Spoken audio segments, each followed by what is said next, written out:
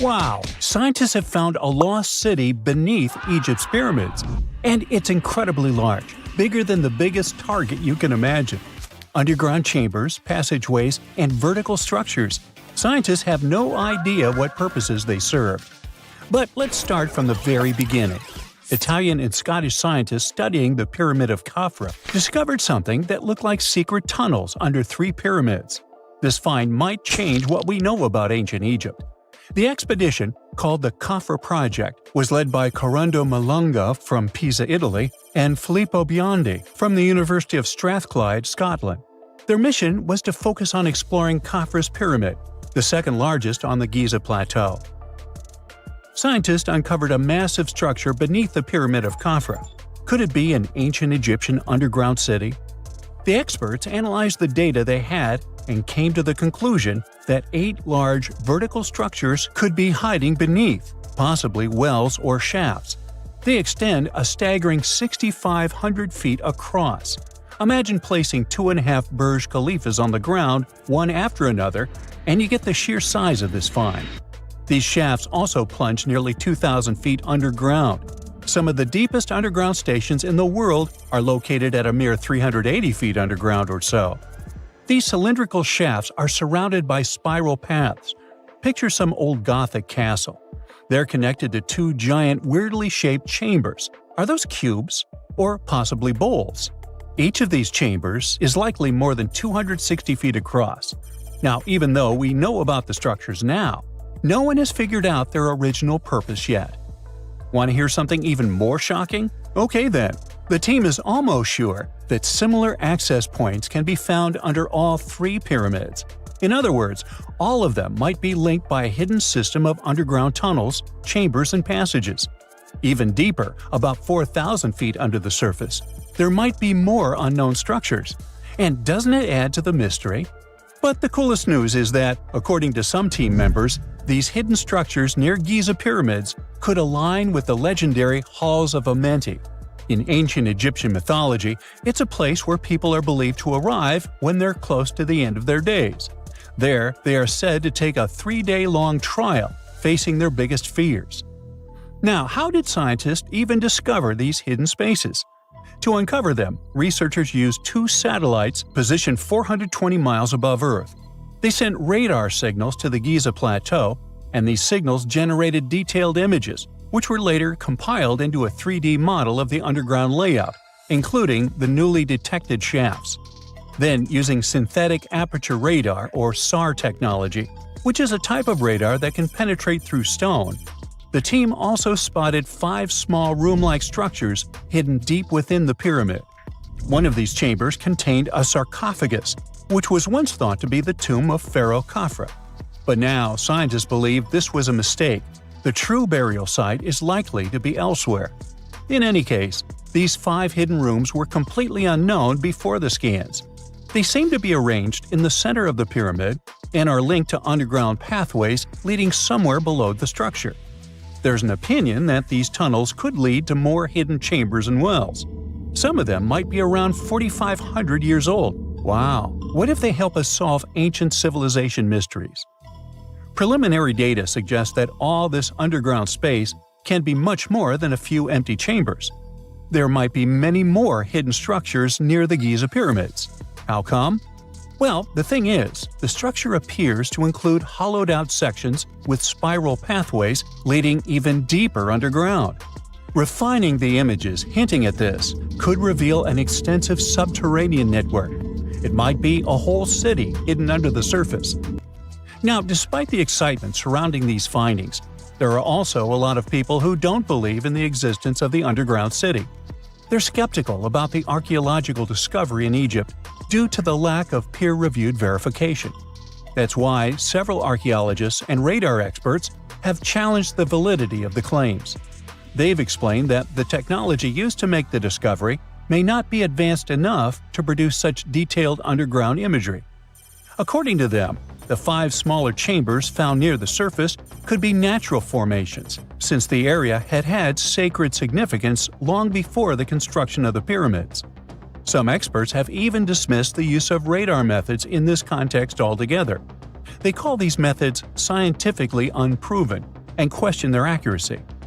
The discovery has also reignited discussions about ancient Egyptian myths and the possibility of hidden texts lying somewhere beneath the Giza pyramids. The layout of the newly detected underground chambers shares similarities with mythological accounts of the Hall of Records, a rumored chamber that could preserve early Egyptian wisdom. If confirmed, these findings could significantly reshape the understanding of Egypt's sacred topography. Plus, this lost city beneath Egypt's pyramid could become physical evidence of previously unknown underground structures. That's why the Khafra project is super eager to begin excavating to confirm their findings. But getting approval from Egyptian authorities is a challenging process. The discoveries still need to undergo peer review before they are accepted by the academic community. By the way, this recent archaeological discovery in Egypt comes on the heels of another discovery involving a weird structure beneath the Royal Giza Cemetery, which researchers believe is unnatural in origin. Archaeologists used remote sensing techniques and uncovered a mysterious L-shaped structure underground in the Western Cemetery of Giza. This area is known to house burials of royal family members and high-ranking officials. Many of the tombs in the cemetery have above-ground mastabas, rectangular stone or mud brick structures with flat roofs. But there is an area in the center of the cemetery where there are no above-ground structures. To investigate this unexplored region, the team used electrical resistive tomography and ground-penetrating radar. ERT works by sending electrical currents into the ground and measuring the resistance to detect remains. As for GPR, it sends radar into the ground and maps the structures based on the radar's return. The team found an anomaly about 6.5 feet beneath the surface. It appeared to be an L-shaped structure measuring at least 33 feet in length. The readings suggested that the structure had been backfilled with sand after its construction. This made the team hypothesize that it could be a mix of sand and gravel, or possibly an air void. This anomaly was classified as a highly resistive structure, which meant it didn't occur naturally. Motoyuki Sato, the study's lead author and professor at Tohoku University in Japan, claims that the structure is not a natural formation due to its sharp shape. Another weird thing about ancient Egyptian pyramids is that historians have long believed that they were built primarily for royals and high-status individuals who had the wealth and power to create such massive structures. However, new research from the archaeological site of Tombos in modern-day Sudan challenges this assumption. The thing is, Tombos' pyramid may have served as burial sites for low-status workers as well as elites. The hard-working members of ancient communities may have found their last resting place in some of the most visible monuments, including the pyramids. Located along the Nile River in the ancient region of Nubia, Tombos became part of Egypt after its conquest of the area around 1400 BCE. That's when Egypt established the site to strengthen its colonial control. Workers at Tombos built pyramids, but those were much more modest than the famous pyramids of Giza. The research team reanalyzed 110 human skeletons from Tombos, originally studied in 2012. In particular, they examined the entheses, the areas where tendons and ligaments attach to bones. Such an analysis can give us insights into the amount of physical labor a person performed. When someone does hard labor, their bones often develop distinct crests and ridges at these attachment points due to the stress on the tendons and ligaments. And while some skeletons showed little change in their entheses, suggesting they belonged to individuals from the upper classes, others showed more serious changes. It means they belong to lower-class workers. This finding can totally challenge our earlier understanding of pyramid burials, especially the idea that only elites were buried in the pyramids, because the pyramids themselves were designed for the elite. This recent research may prove that lower-class workers may have found their final resting place in these monumental structures too.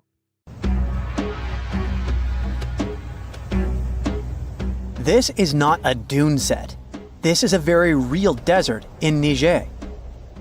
Jado was probably built by the nomadic Sao people and is filled with ksars, which are fortified houses made of salt and clay, with giant walls and secret passages. Located deep in the desert, it was once a vital stop for trans-Saharan caravans, but is now a hotspot for smugglers and bandits. The site has been off-limits since 2002 due to its dangers. The origin of the Khazars remain a mystery. No archaeological studies have been conducted, leaving many questions unanswered. Even today, shifting sands reveal and conceal parts of these ancient ruins, fueling local speculation about what might still be hidden beneath the desert. Speaking of connective tunnels, scientists were blown away by the discovery of lava tubes in Saudi Arabia. These underground passages form when molten lava cools down. Researchers believe that ancient nomadic groups may have utilized these tunnels to survive the super harsh desert climates. While excavating the tunnels, archaeologists uncovered artifacts, rock art, and skeletal remains. The art and animal bones show that the people who used the tunnels were probably sheep and goat herders. They're still piecing together whether these groups lived in the tunnels for extended periods or just used them as temporary shelters. The Great Pyramid of Giza has been standing for thousands of years, but it's still hiding secrets. Using special scanning technology, scientists found two hidden structures under an ancient burial ground. The first is a shallow L-shaped structure, and below it is a much larger space that could be a final resting place or a chamber. The smaller structure was filled with sand on purpose, while the deeper one might be an empty chamber. Experts believe the two are connected, possibly as an entrance leading to a secret chamber. This is big news because it might give us some more insight into who built the pyramids and why. The world is full of ancient writing, but some messages refuse to give up their secrets, like the mystery of the Bash Plemi tablet. This unusual stone, pulled from a lake in Georgia, is covered in symbols no one can read. Even with modern technology, experts are completely stumped. The tablet is about the size of a book, with 60 symbols carefully carved into its surface, but 39 of them don't match any known language. Some resemble scripts from ancient civilizations in the Middle East, India, and Egypt, but none are an exact match. To make things even trickier, part of the tablet is broken off, meaning a piece of the puzzle is missing forever. To rule out a hoax, scientists studied the tablet closely. They confirmed it's made of vesicular basalt, an extremely tough local rock. Whoever carved these symbols must have been really skilled. Based on similar archaeological finds, experts believe the tablet could date back thousands of years, possibly to the late Bronze or early Iron Age. Some symbols repeat, which could mean they're numbers. Maybe it's an inventory list, a record of battles, or even an offering to the deities. Until someone cracks the code, the Bash Plemi tablet remains an unsolved mystery from the depths of history. Experts are still stumped with what this Minoan disc might mean. The Phaistos disc is one of the most mysterious finds from the Minoan civilization. This 6-inch clay object, discovered in 1908, has strange spiral markings that no one has fully decoded yet. The disc has 241 symbols on both sides, showing everything from people and animals to tools and plants. Experts have come up with many theories about what the symbols mean. Some think it's an early form of Greek. Others suggest it's a prayer or a hymn. And some even believe it could be a letter from a king in Anatolia to a Greek ruler. Let's see who will be the first to figure this out. It's always a fun day at an archaeologist's office when they find something as big as a 2,000-year-old marble head. A French archaeologist mission went digging inside an old medieval house near Alexandria in Egypt and found a statue's head depicting an old, possibly ill man. This statue dates from the last Egyptian dynasty before it became part of the Roman Empire, and the site where it was found is associated with the likes of Cleopatra and Mark Antony. For archaeologists, even the smallest finds at this site means a lot. You've heard of Lucy, right? The Australopithecus that was an early ancestor for us humans. Well, scientists found some of her species' footprints somewhere in Tanzania. The so-called Laetoli footprints are over 3 million years old. The trail stretched 88 feet and has about 70 footprints, left behind when a bunch of early humans walked across some wet volcanic ash.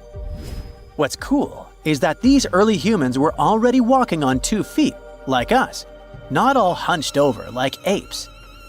The close spacing of the prints shows they probably had short legs and a shorter stride than we do today. In an ancient Egyptian temple, archaeologists uncovered a shrine unlike any other, a place dedicated to falcons and 2 mysterious deities. One deity had a falcon's head, while the other wore a crown with a sun disk and cow horns. But the most baffling discovery was an inscription that read, "It is improper to boil a head in here."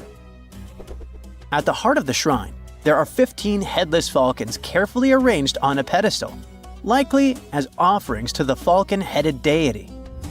One theory suggests the birds were boiled first, perhaps to pluck their feathers, before being placed in the shrine, following the strange rule carved into stone. Archaeologists also found a 13-inch iron harpoon nearby.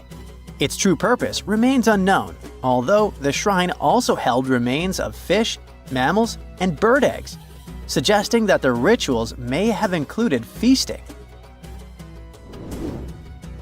And speaking of ancient Egypt, meet Hathor. Scientists named her after the ancient Egyptian deity of motherhood, music, and singing. This wooden statue, housed at the Metropolitan Museum of Art, was thought to be just a beautiful artifact, until a surprising secret was uncovered. Using an X-ray machine, experts found a mechanical operating system inside it, with pulleys and axles connecting her shoulder to her left leg. When activated, the system made her hand raise and lower, an engineering marvel from over 3,000 years ago.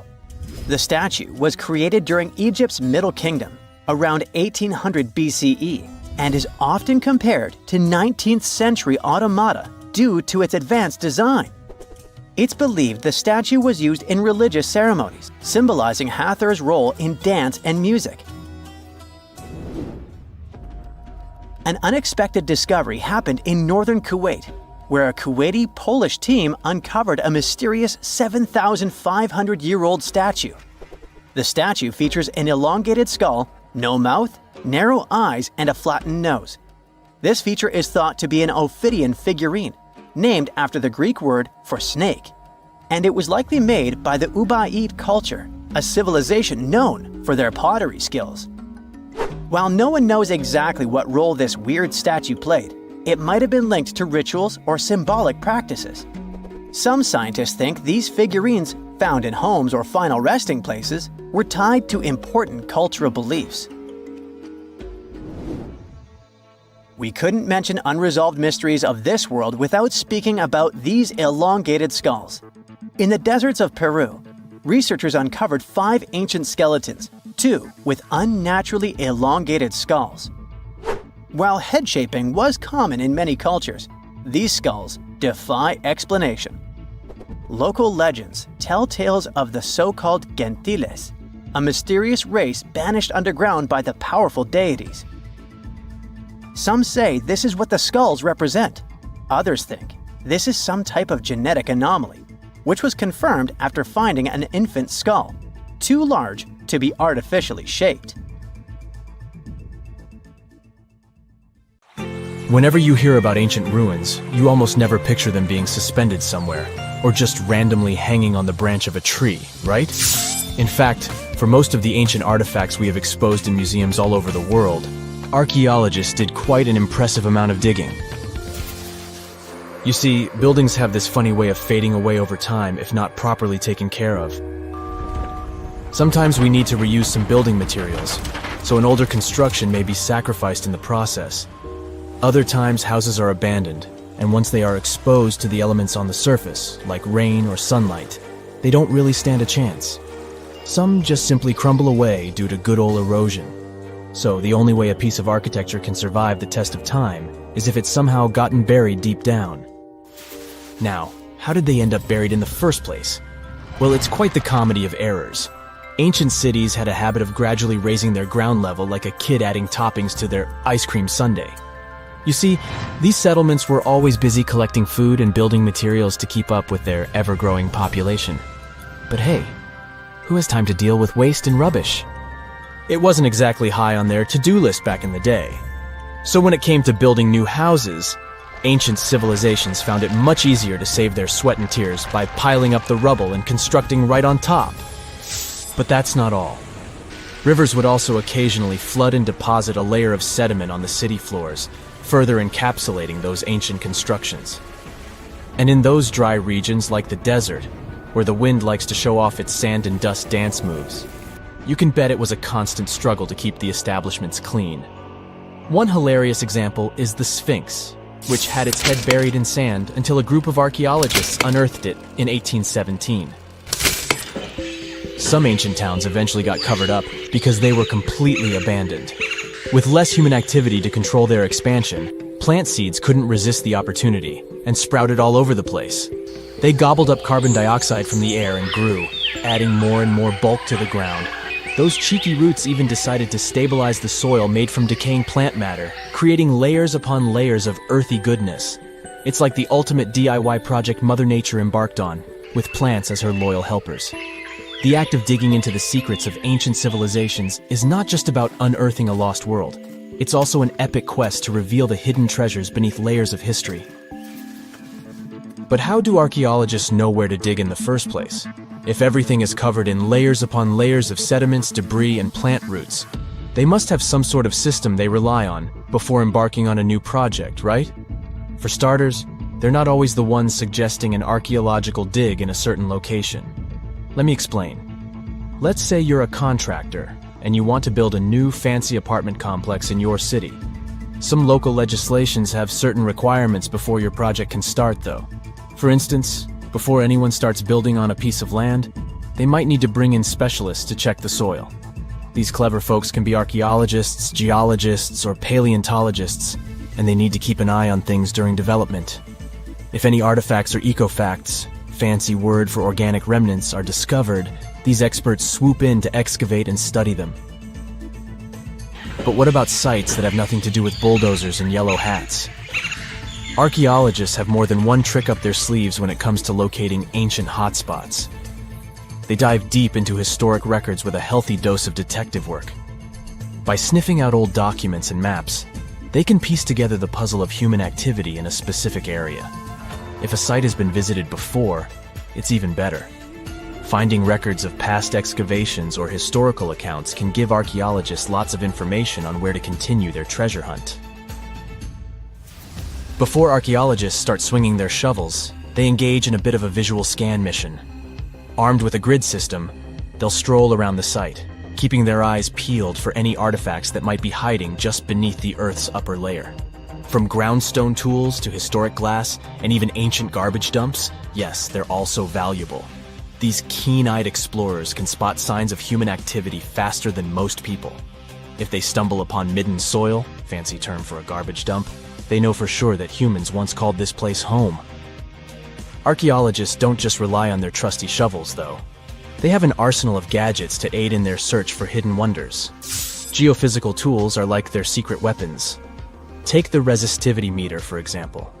This clever contraption measures the electrical component of the soil and any buried features or artifacts.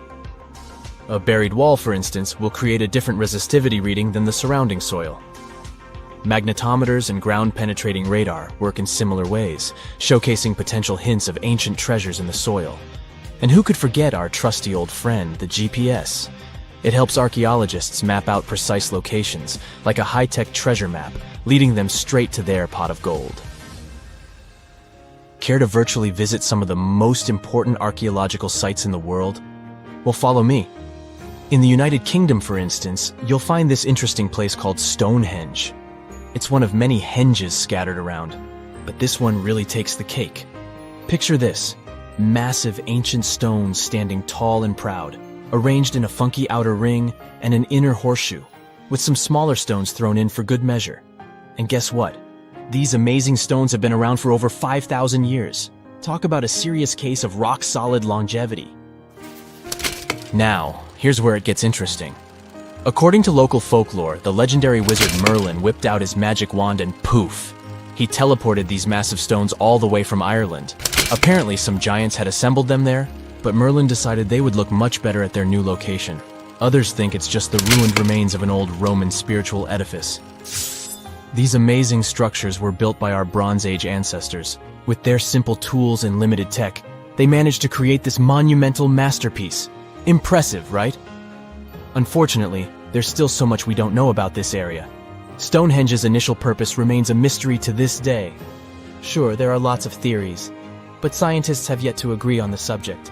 However, we do know that it's perfectly aligned to catch the sunrise during the summer and winter solstices.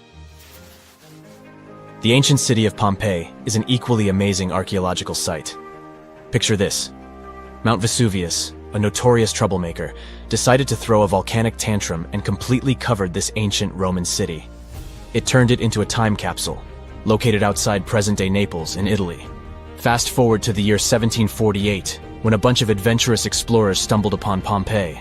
Lo and behold, they discovered a treasure trove of well-preserved goodies: streets, houses, food.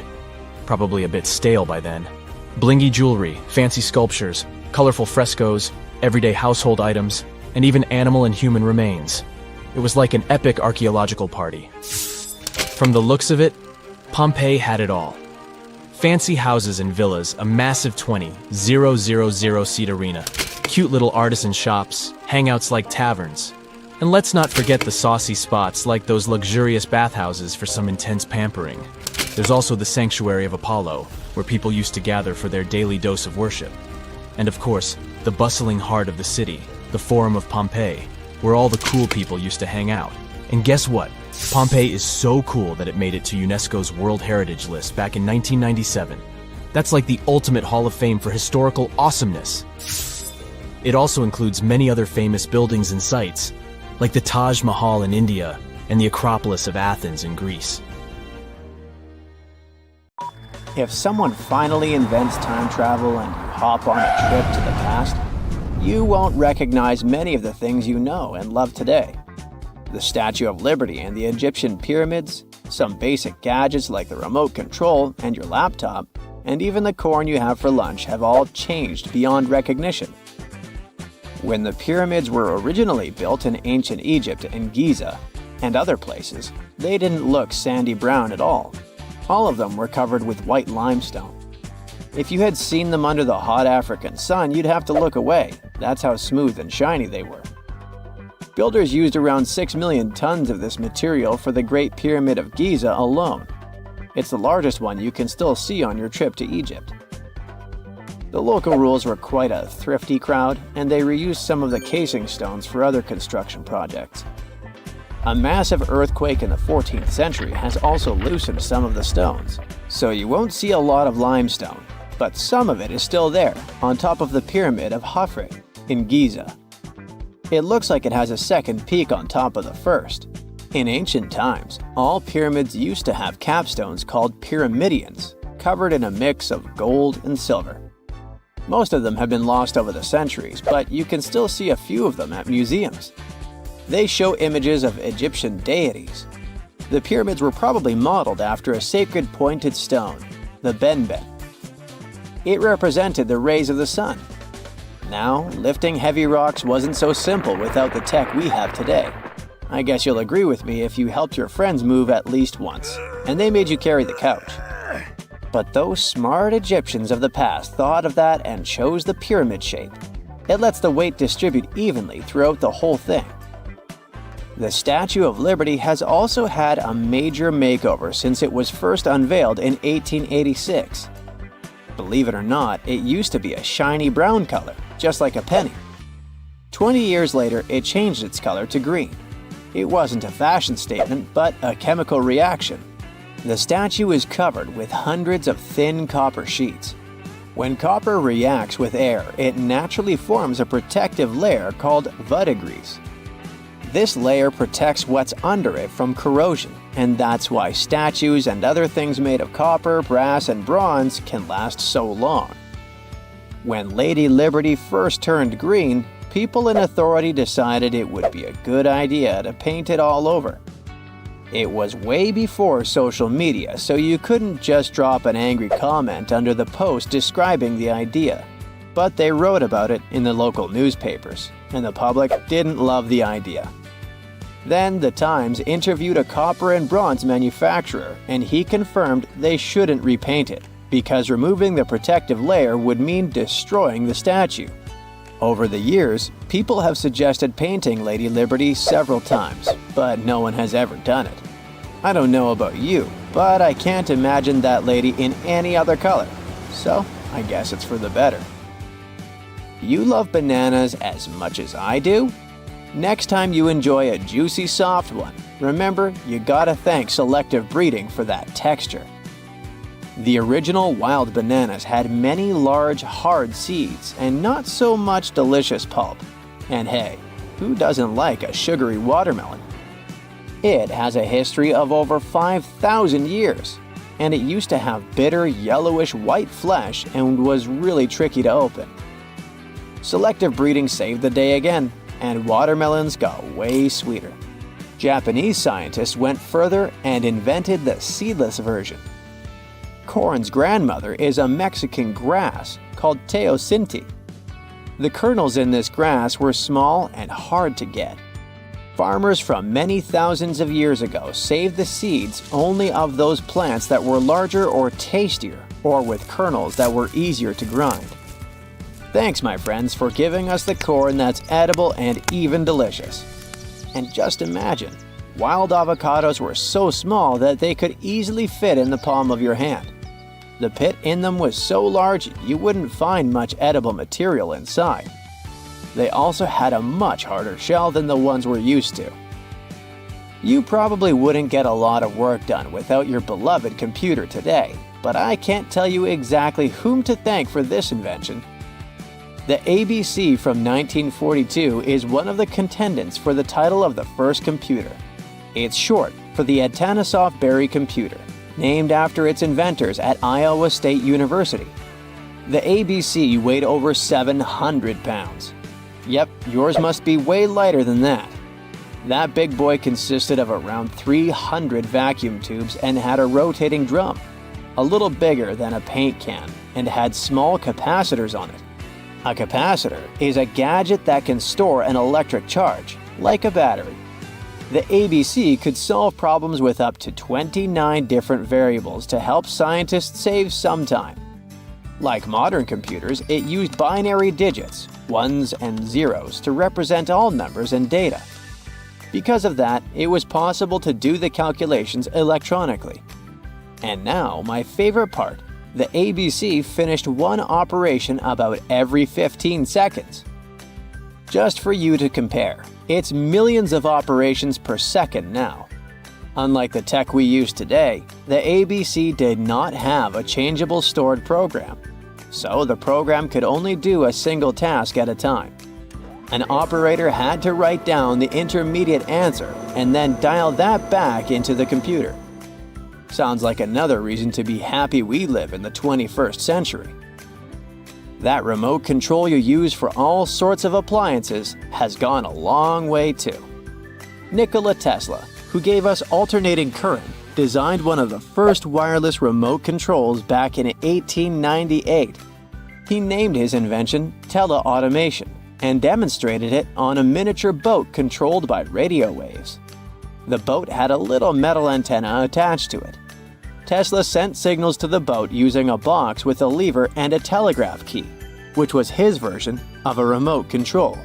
Those signals set electrical contacts on the boat into motion and moved the rudder and the propeller, and Tesla was controlling the boat. The concept of the remote control soon spread to other gadgets. The first television remote control followed in 1950. It was designed by the Zenith Radio Corporation called Lazy Bone. Don't take it personally, please.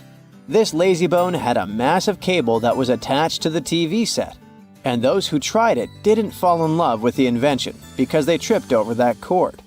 I feel your pain, my friends. If you live or work on one of the top floors, you gotta love this one. Meet the first passenger elevator.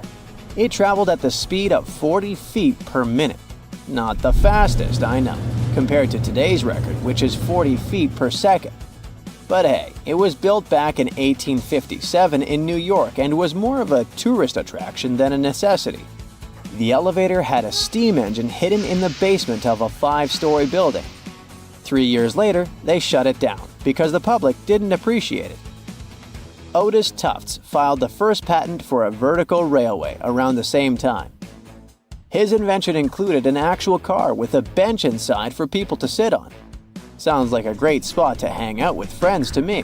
What do you say? Then they started adding elevators to luxurious hotels around the world.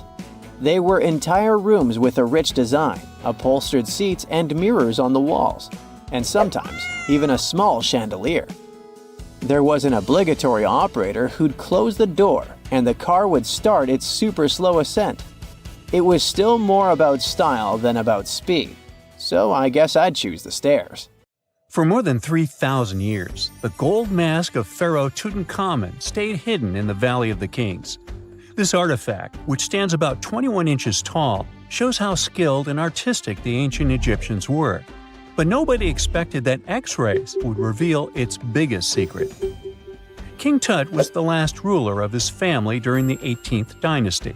He took the throne at just 9 years old, but ruled for only 10 years before he passed away unexpectedly. If we're being honest, back in ancient Egypt, he was mostly forgotten by the rulers who came after him. His tomb wasn't a big deal for them, so much so that even the grave robbers forgot about him. It might sound a bit sad, but the truth is that it was actually great news for us. Since his tomb was practically forgotten, it ended up being perfectly preserved. While the other tombs in the Valley of the Kings were looted, his remained sealed and untouched. So when it was discovered back in 1922, it had over 5,000 precious objects inside. That made Tutankhamun basically an instant celebrity and one of the best-known pharaohs nowadays. Among the treasures was the most stunning piece, his golden mask. This mask is said to be an exact image of the king's face, or at least it was supposed to be, but we'll get to that later. The purpose of this accurate representation of his face was to make sure that his soul would recognize him in the afterlife and return to his mummified body. In ancient Egyptian beliefs, this would allow him to continue living in the afterlife. The details of the mask clearly looked incredibly difficult to create, but people didn't realize how complex it truly was until many years later. The first X-rays of the mask were taken in 1967. Back then, the main reason for these scans was practical – conservation.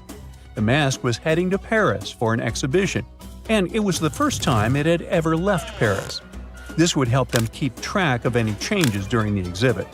Plus, the images could give clues about how the mask was made, but back then, they probably didn't fully realize just how complex its construction was.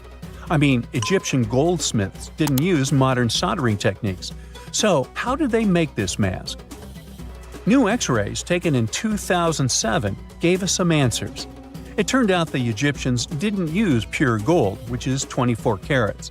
The mask was actually made of 23-karat gold, meaning it was mixed with another material. So specialists discovered that the gold sheets contained a small amount of copper, a reddish-brown metal. This was likely done to make the material more flexible and easier to shape. They would then shape the gold sheets by heating and hammering them over and over again. But there was one more secret inside the mask that wasn't discovered until 2015. The year before, the staff at Cairo's Egyptian Museum were working on the mask display when the long beard of the mask accidentally got knocked off.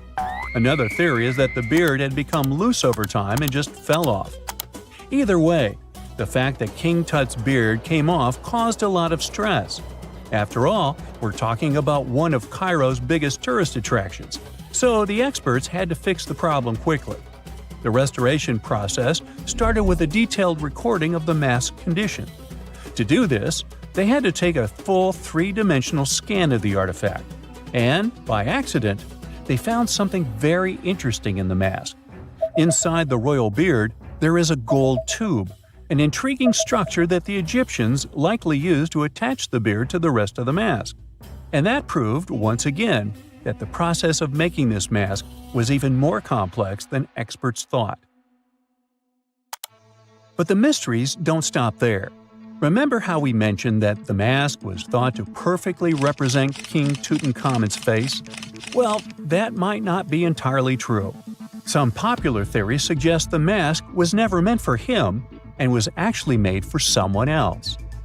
A study published in 2015 suggested the mask was originally made for a female pharaoh, his supposed stepmother, the famous and beautiful Egyptian queen Nefertiti.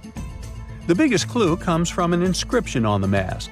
At first glance, it seemed to belong to Tutankhamun, but after a close examination, researchers noted that something else was actually written underneath King Tut's name. The royal name stamp seems to have been altered, and originally it had something written on it that translates to Queen Nefertiti. There is another feature of King Tut's golden mask that was overlooked for years, which adds even more mystery. As we mentioned earlier, experts believe he wasn't respected much by the pharaohs who came after him. And one of the clues that made archaeologists think this is the pierced ears on the mask.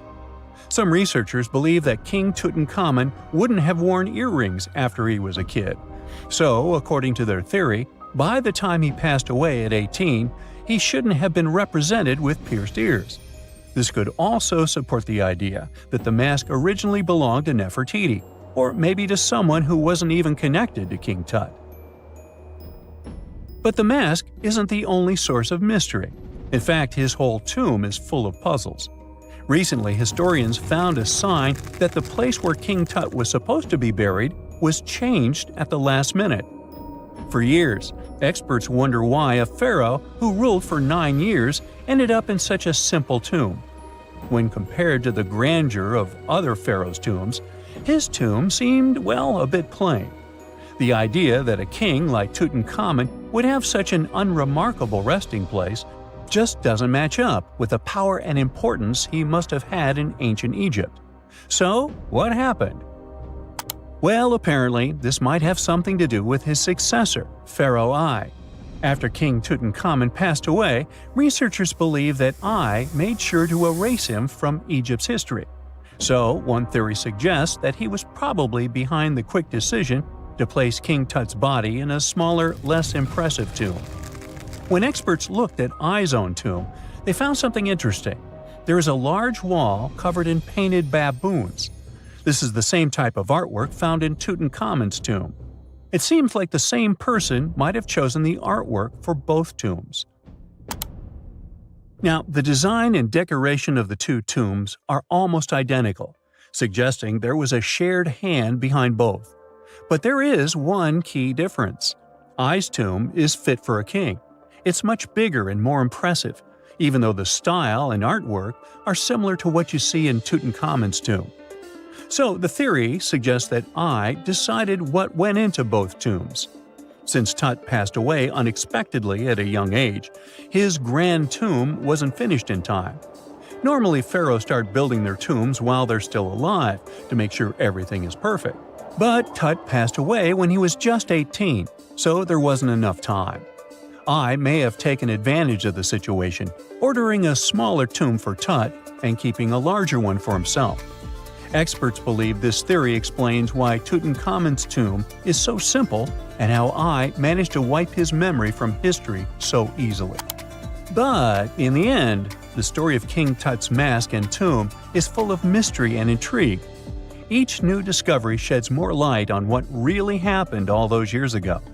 But one thing is for sure, the secrets of ancient Egypt still have much to reveal, and King Tutankhamun will continue to fascinate people for years to come. What is a boat doing in the middle of a desert? You would expect to find a seagoing vessel closer to shore. This is the question archaeologists had been asking for decades. In 1988, there was a storm near one of the most important archaeological sites in ancient Egypt. A wooden structure emerged from the sand. It was hollowed out by termites. Scientists were determined to solve its mystery. In 2000, they began excavating the site near Abydos, Abydos. An American team of experts soon discovered a boat that was 70 feet long, and it wasn't alone. In total, there were 14 boats neatly resting next to each other. It was impossible to completely dig out the boats because of their poor condition. Luckily, the wood was preserved enough to get a sample. Analyses revealed that the boats were around 5,000 years old, the oldest fleet in human history to this date. The time of their construction predates the pyramids at Giza by half a millennium. Each ship of the fleet rested in a vault that matched its dimensions. The room was roughly a third of the size of a tennis court. It had mud brick walls that featured more than 120 drawings of boats. Ancient Egyptians incised them on whitewashed walls that were excellently preserved. Scientists have known about these mysterious chambers for well over a century. 1901, 1902. A British archaeologist, Arthur Weigel, stumbled upon a strange structure west of the River Nile. His team caught a glimpse of the interior walls. Sadly, a section of the roof collapsed, so they had to call off further exploration. Researchers abandoned the site, but its location remained on the maps. The boat's position first led scientists to think that they rested on a bank of the mighty Nile. But there was a problem with this theory. Today, the river flows almost 7 miles west of Abydos. Further studies of the surrounding terrain showed the Nile didn't change its course throughout history. Also, if the boats floated near a dock, they would be in unstable positions. The 14 vessels at Abydos were perfectly parallel to each other. There was only one conclusion possible. Someone had deliberately placed them like that. They must have gone through a lot of effort. Each boat had enough room for up to 30 rowers. These vessels could really float. They weren't models, but scholars still don't know if they actually sailed any body of water in ancient Egypt. This doesn't diminish the importance of the find. Previously, archaeologists found only small-scale models. In King Tut's tomb alone, there were 35 boat models. For a long time, these figurines were the only clues as to how ancient Egyptian vessels looked like. The boat's design confirms that they were the real deal. They are the earliest surviving examples of something called built boats. Ancient people constructed primitive vessels by hollowing out large tree trunks. The alternative was reed that was tied together to form a raft. The boats at Abydos had planks tied together. This was a major breakthrough in shipbuilding. During their lifetime, the boats must have seemed impressive. Timber was a valuable commodity at the time. There was no wood in the desert. Cedar had to be imported from Lebanon. The only person who could afford such luxury was the pharaoh. Studying the area around the ancient fleet provided more answers. Scientists discovered a mud brick structure where Egyptians worshipped the pharaoh. Its approximate date of construction matches that of the wooden boats. The same bricks out of which this building was made were used to encase the fleet. At the time of their construction, the rooms they were stored in had a ceiling. That's the section that archaeologists stumbled upon in the early 20th century. Just like mummies and coffins, these marvelous ships rested inside splendid vaults. The exterior of these rooms was also impressive. The outer walls originally had a plaster of white limestone. It reflected sunlight. In the desert sun, the structure housing the boats must have shone from miles away. Ancient Egyptian builders used the same technique to cover the pyramids 500 years later. Today, their surface looks jagged, but it wasn't always like this. When they were constructed, the pyramids had a top layer of fine white limestone. Their surface was smooth and it gleamed in the sunlight. Instead of stairs, the outer layer of the pyramids was more of a sleek ramp.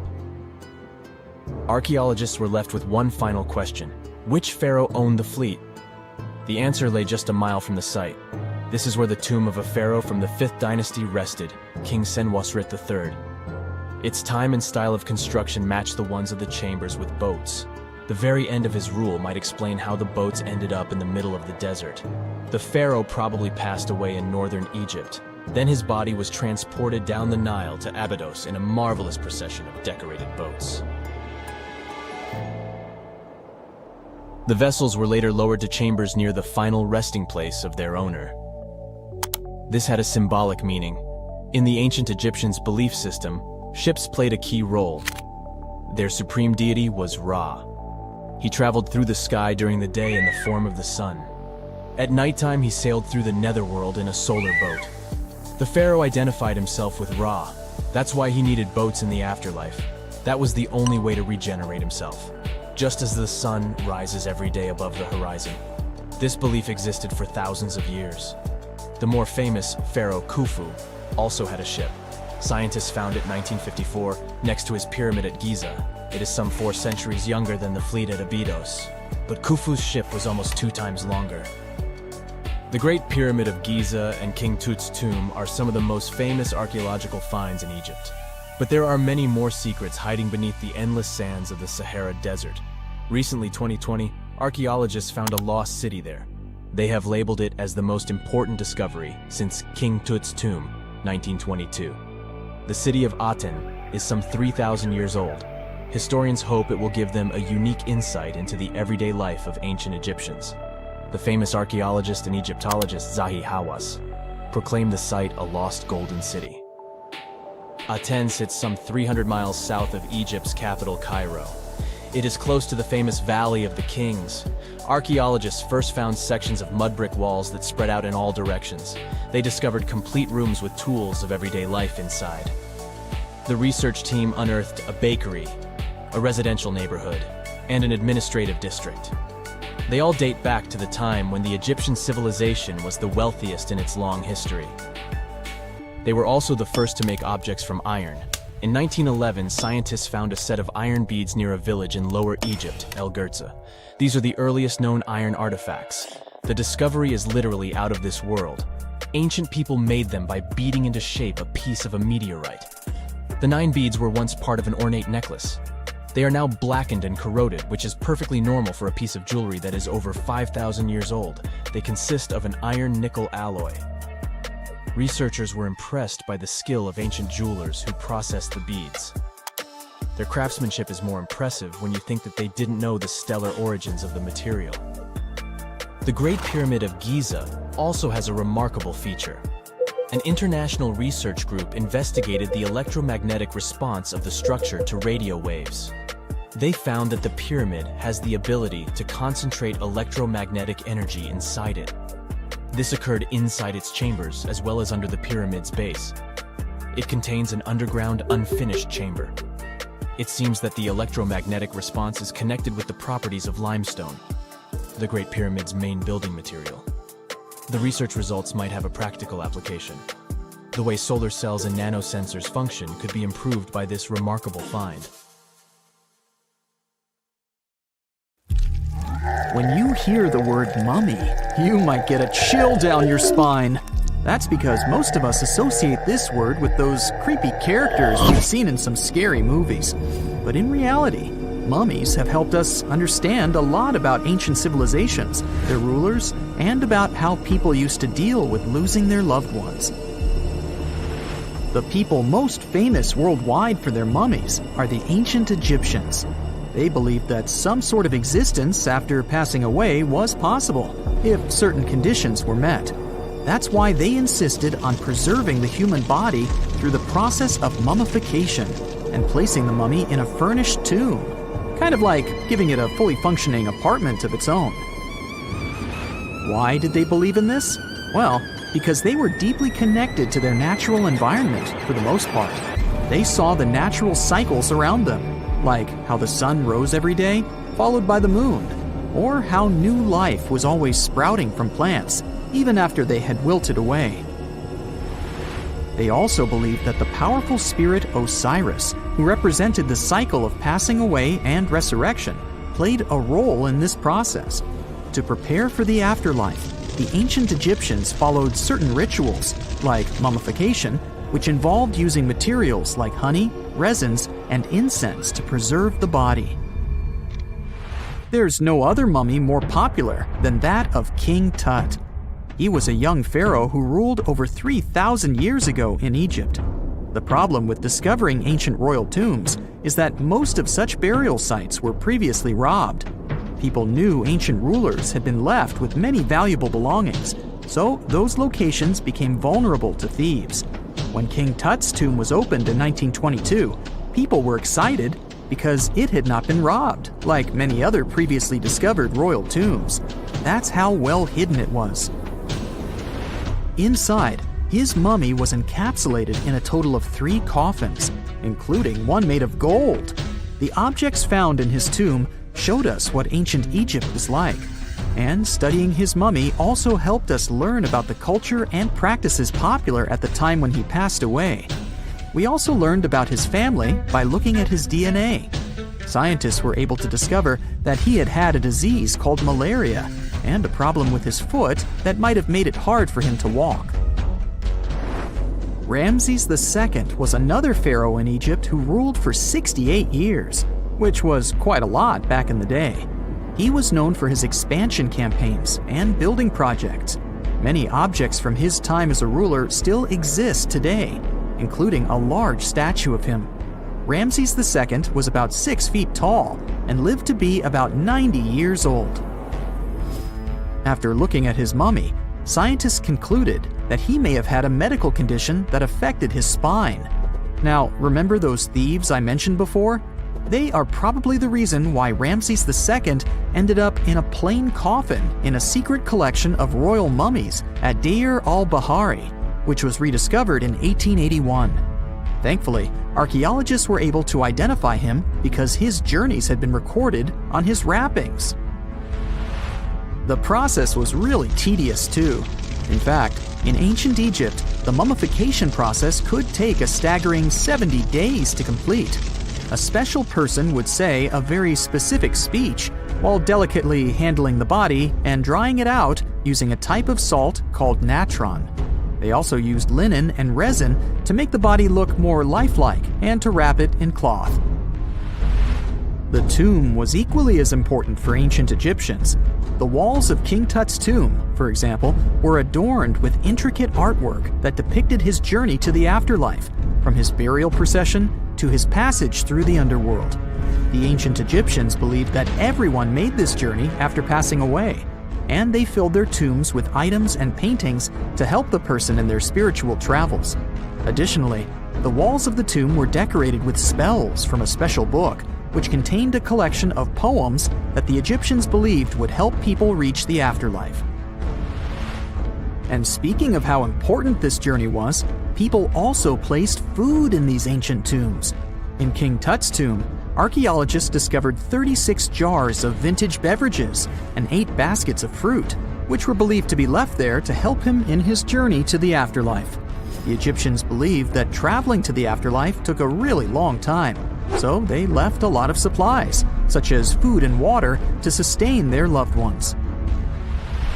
Pharaohs also generally had numerous luxurious garments and beautiful jewelry in their tombs to ensure that they would have a fashionable journey. These items included various types of linen clothing, such as tunics, scarves, gloves, and headdresses, as well as a lot of gold jewelry with precious stones, like bracelets, buckles, pendants, necklaces, rings, and even precious depictions of insects for protection. Some were also deposited with fans made from ivory and ostrich feathers to keep them cool in the afterlife. Some ancient rulers were even placed in their forever apartments along with boats. For example, Pharaoh Khufu built the Great Pyramid at Giza as his tomb, and a large ship was found inside. King Tut, however, was buried with multiple boat paddles, but no actual boat. Instead, he had 3 chariots and numerous walking sticks made of precious materials, perhaps indicating he'd rather travel to the beyond by land, not by water. Amongst the most interesting objects found near ancient mummies are bottles of oils and perfumes. If rulers were supposed to be fashionable, why not smell nice too, right? Also, some of them had some ancient kinds of board games, most of them made out of precious materials like gold or ivory. One of those games was called Senet. It was very popular amongst the ancient Egyptians and very similar to modern-day chess. The ancient Egyptians may have the most famous mummies out there, but they weren't the first to invent the procedure. In fact, it all started in South America with an ancient civilization named the Chinchorro. As far as we know today, these people were the first to mummify their loved ones that had passed away. They did it somewhere around 2,000 years before the Egyptians started their own rituals. Sure, we can tell a lot about ancient rulers by studying these mummies, but until recently, we had no idea what they really looked like during their lifetime. Not so long ago, though, some very special mummy paintings were found by archaeologists studying ancient Egyptian objects. These mummy portraits are highly detailed paintings of individuals that were made while they were still alive. Such paintings were often painted on wood, as opposed to the classical portraits we all know about, which are painted on canvas. They are known for their realism and beauty, and have even been used by researchers to diagnose diseases by comparing them to the corresponding mummies. Some of these portraits also include depictions of jewelry, which was later found on the mummies. The recent discovery of these mummy portraits in Central Egypt is significant, as it marks the first time in over a century that such paintings have been found. Mummies appeared all around the world naturally, too. Mummification can occur without people intervening because of natural conditions, like extremely cold or hot environments, places with a lack of oxygen, or accidental exposure to chemicals that preserve the body. These conditions don't allow bacteria to grow, resulting in the body remaining more or less intact. Famous Otzi was one of these mummies. We know today he was a man who lived around 5,000 years ago in Europe. But upon his discovery in the Alps in 1991, Austrian authorities initially believed that he was a modern mountaineer because of how well preserved the body was. However, after the Iceman was removed from the glacier, it was determined that he was actually from the Copper Age. Before we get into the reason why and how there are pyramids all around the world, let's talk about some of the examples. I'll start with the Pyramid of the Sun in Mexico. These folks really knew how to build a city. Their well-planned urban center spanned over 7 square miles and boasted several pyramids. But the Pyramid of the Sun is the most impressive. This giant pyramid was built way back in 100 CE and is one of the biggest structures of its kind in the whole Western Hemisphere. It's so big that it's 216 feet high above the ground. If you ever find yourself in this ancient city, you won't be able to miss the Pyramid of the Sun. It's right there on the east side of the Avenue of the Dead, the city's main north-south street. To build this incredible pyramid, around 1 million cubic yards of material were used, including a special kind of red volcanic rock called hued tizontle. Impressive, huh? We don't know too much about the people who built the Pyramid of the Sun or its purpose. But archaeologists believe there was once a temple on top of it. When explorers went below the pyramid in the 1970s, they found a bunch of cool tunnels and chambers. In 2011, they even found a secret stash of clay pots, obsidian pieces, animal bones, human figurines, and a mask. Who knows what other secrets the pyramid is hiding? If you decide to see this one, you must climb the pyramid using the 248 uneven steps on the west side.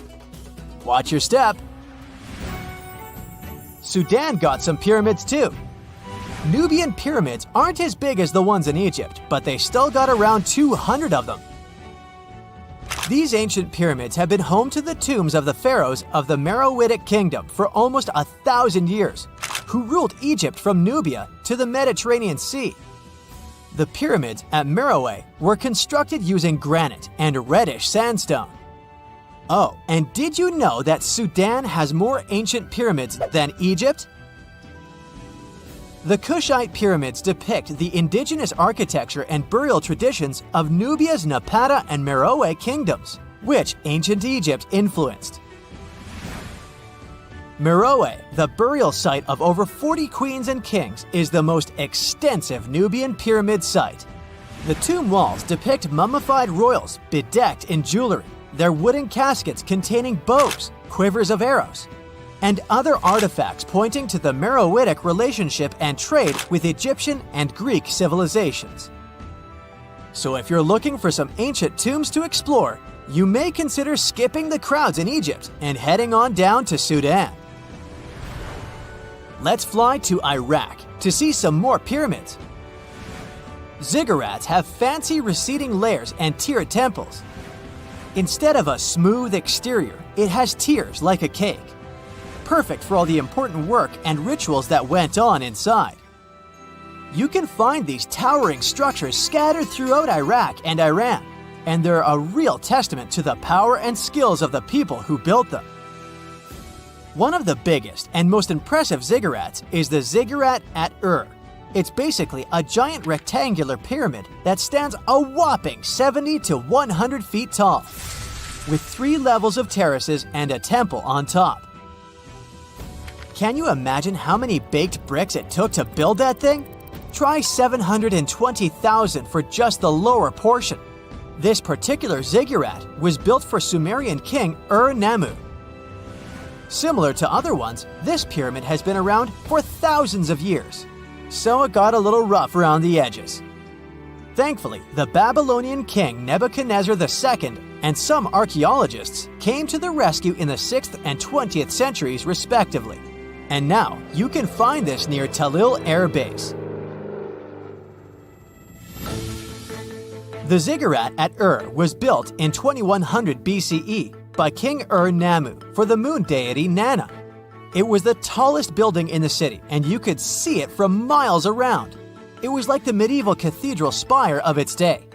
People would come here to bring their agricultural surplus and get their food allotments and seek spiritual nourishment. Sadly, the Nana temple at the top of the ziggurat didn't survive, but we do have some blue glazed bricks that may have been part of its decoration. The lower parts of the ziggurat are pretty amazing though. The architects even included holes in the temple's baked exterior to let the water evaporate from its core. Since we explored some of the pyramids on our planet, let's take a broader perspective. They can be found in many parts of the world. Egypt has over 100 pyramids, double that number in Sudan, and dozens of others are scattered in the Middle East and China. The Americas have the most pyramids in total, with more pyramids than the rest of the world combined. These pyramids are located in Mexico, Guatemala, Honduras, and El Salvador. Time to know more about the evolution of pyramids through history. The oldest pyramid is in Egypt. This pyramid was a step pyramid, which was created by placing one layer of stone on top of another. The pharaoh Sneferu is credited with creating the pyramid shape we recognize today. During his 45-year reign, he built 3 pyramids. His first 2 attempts failed, but he finally got it right with the Red Pyramid, which is considered the first true pyramid. It was Sneferu's son, Khufu, who built the Great Pyramid of Giza, which was the tallest human-made structure on Earth for almost 4,000 years. Latin American pyramids are similar to early Egyptian step pyramids, but they were built independently, with no knowledge of each other. The pyramids in Sudan were built around 700 BCE and are tall but much narrower than those in Egypt. How in the world did all these civilizations build these things without even texting each other? After all, the Aztecs, Mayans, and ancient Egyptians were about as different as possible. But despite their cultural differences, they all seem to agree on one thing. Pyramids were pretty cool. Step pyramids are all around the world because they were the most feasible and stable way to build large and tall structures without access to lighter building materials like wood and metal. The triangular form with a square base is the best way to build a sturdy structure, and having a cube structure would require more material for less height. Now, when it comes to pyramid design, the Egyptian pyramids were like giant triangles with a square base, smooth sides, and a pointy top. On the other hand, the Aztecs and Mayans went for a tiered cake look, with steps leading up to a flat platform on top. So, while all these pyramids share the same basic shape, they have their own unique flair. Each group built its pyramids using different materials, techniques, and slope angles. So while they may have been inspired by each other's work occasionally, they were just doing their own thing. Egyptian pyramids had smooth, angled sides that were designed to help the pharaoh's soul ascend to heaven. The Pyramid of the Sun was built over a series of caves that served as a passageway for the deities. The Maya built the temple of Kukulkan in Chichen Itza to honor the deity Kukulkan, usually represented by a serpent. Nicknamed El Castillo, it has 91 steps on each side, plus a platform. That's 365 steps, one for each day of the Mayan calendar. Tell me, Brightsiders, how were pyramids built? To begin with, humans made them, not a foreign race from space that landed on Earth. You see, one thing that all pyramids have in common is that they were built without advanced tools or even the wheel. It took a lot of people to build them, including skilled laborers and architects. For example, it's estimated that 20,000 people built the Great Pyramid of Giza, and it's believed that most of them were skilled laborers. Building pyramids was a massive undertaking that required years of planning and effort. The Great Pyramid at Cholula, Mexico, took 600 years to complete. Unlike many other ancient Egyptian burial grounds, King Tutankhamun's tomb stayed hidden and free of unwanted thieves for 3,000 years. One reason was that the tomb was smaller than average and tucked away in a place called the Valley of the Kings. This area was already being extensively explored by the time they stumbled upon Tut's spot.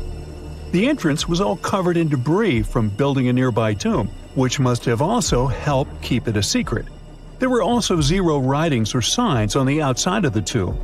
Time passing also played a part in keeping it in amazing shape until the 1920s, when a man named Howard Carter finally made it in.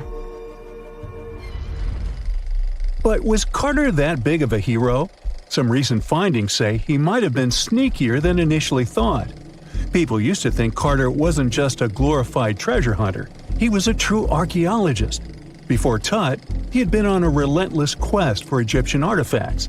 He discovered his interest in these unusual objects when he was a child, and soon started drawing the sculptures and inscriptions that were found in ancient tombs. After stumbling upon the remains of King Tut, Carter spent a decade recording and processing all sorts of objects, like golden thrones, chariots, and statues from Tut's tomb, shipping them down the Nile to Egypt's museum in Cairo. Well, at least that was the official story. More recent discoveries claim that not all of the objects made it to Egyptian officials. A secret letter seems to uncover Carter's little 10 for them, 1 for me policy.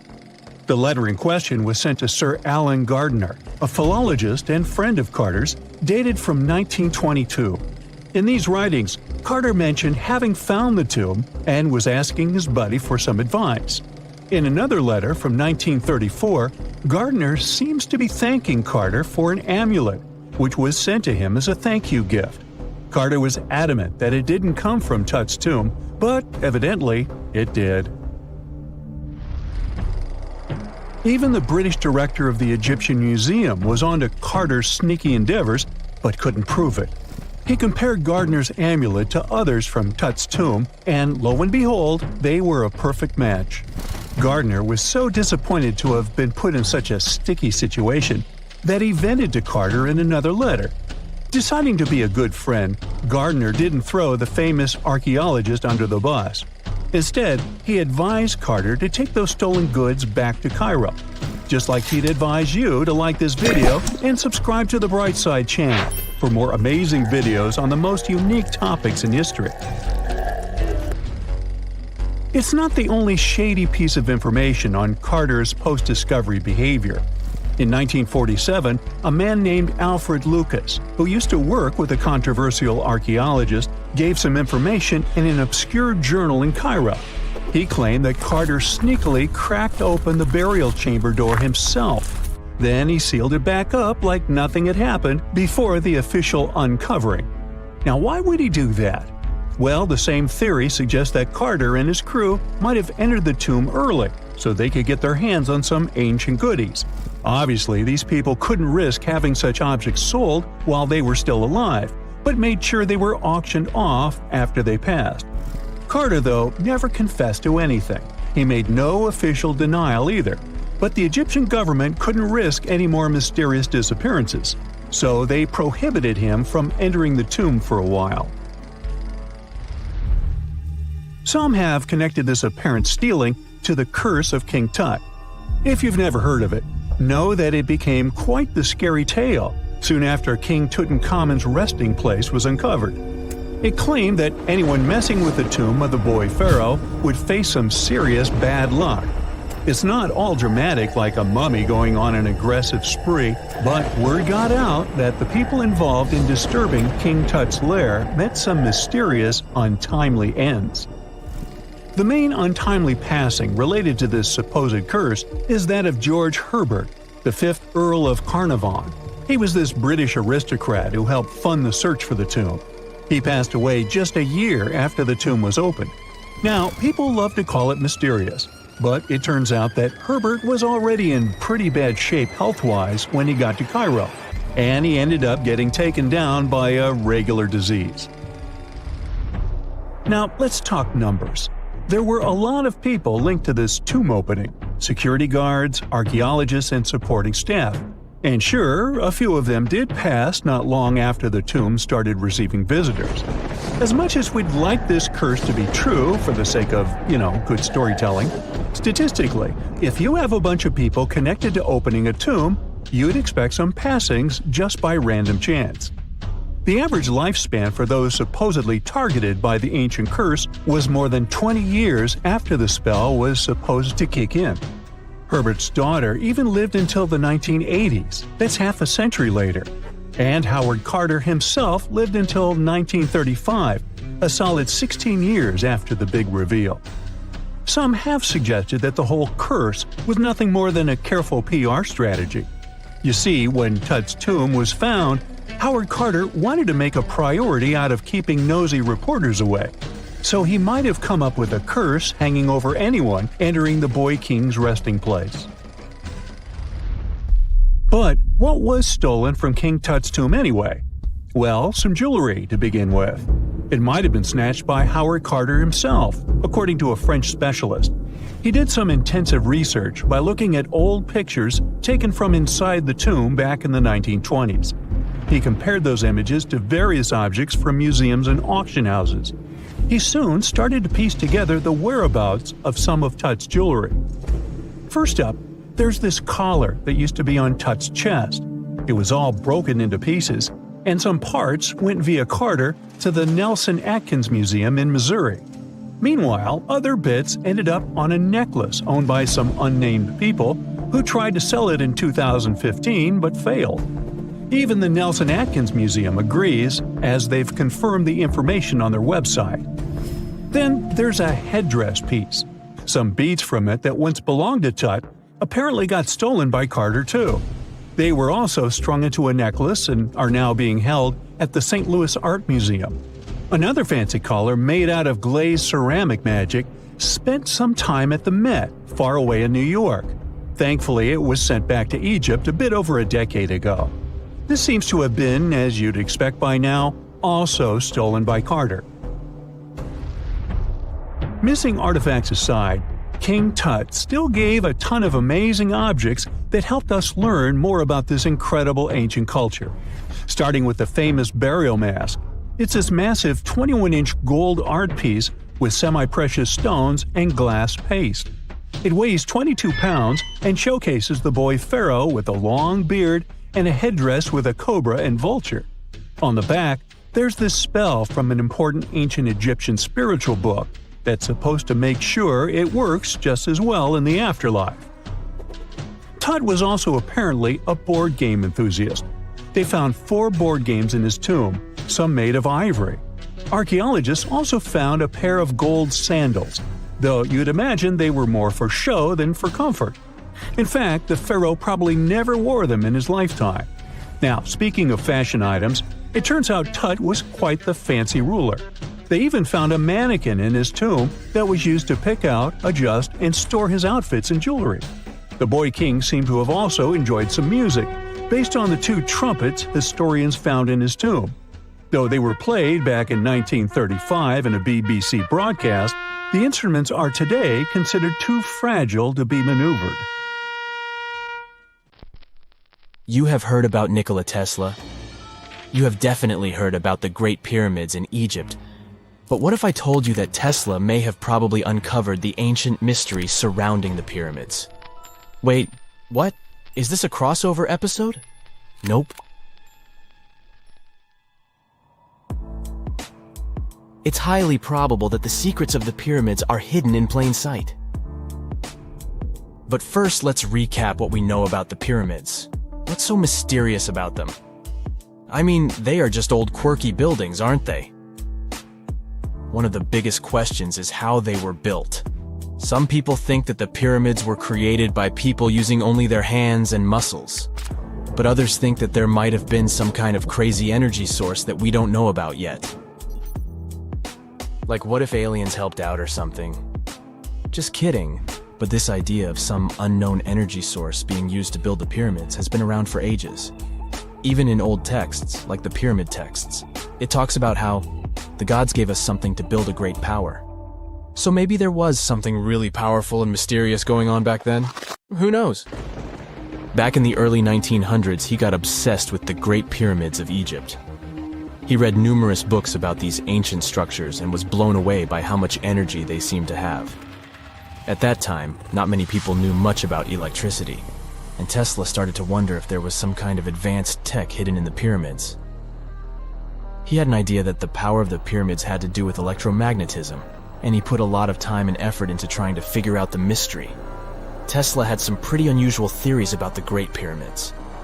He thought that they could actually store and move electricity, which could then be used to power up the areas around them.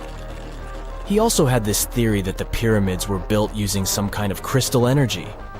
He believed that the chambers inside the pyramids could have these super powerful crystals that could control the electromagnetic fields. But that's not all. Tesla also had this idea that the materials used to make the pyramids had properties that allowed them to trap energy from the sun and the moon. And not just a little bit of energy. He thought that the pyramid could actually create this massive energy field that could light up whole cities or even brighten up dark places. He thought that the pyramids could be used as giant power plants to generate electricity and run machines. Tesla even believed that the pyramids were somehow linked to cosmic energy, which could be used for spiritual enlightenment and healing. How very new age of him. Anyway, Tesla wasn't just pulling these ideas out of thin air.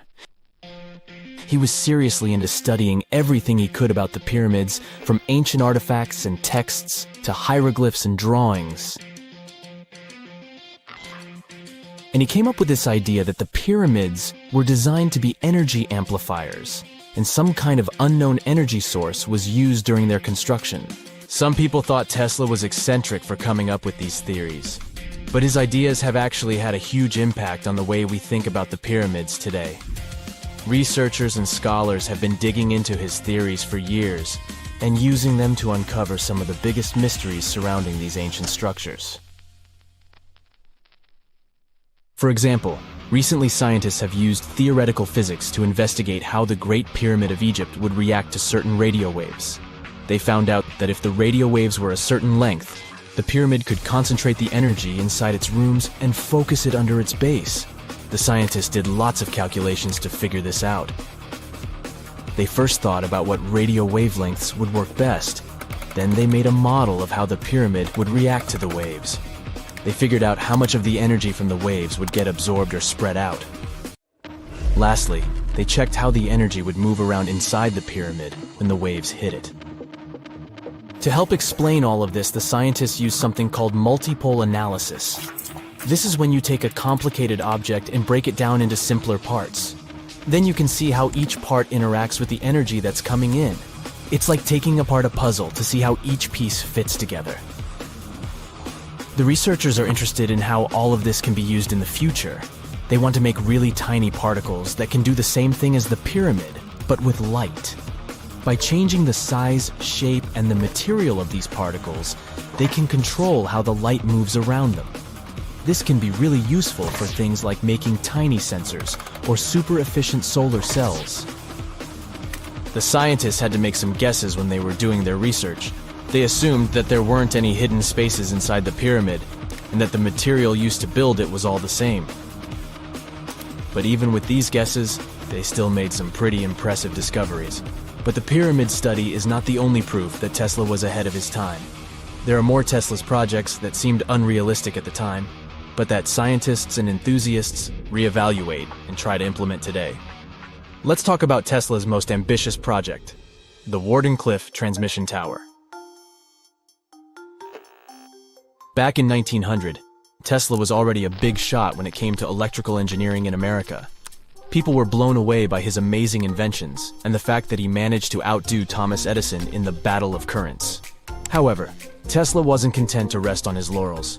He decided to embark on his most ambitious project yet, the transmission tower at Wardenclyffe. It was built between 1901 and 1905, and it was based on one of Tesla's breakthrough ideas. He had a vision to make the impossible possible by creating a global wireless communication system. It would use Earth itself as a conductor, transmitting music, news, stock market reports, secured military communications, and even facsimile images. Does it sound familiar? Right, it sounds just like the internet that we use today, only without the use of any wires.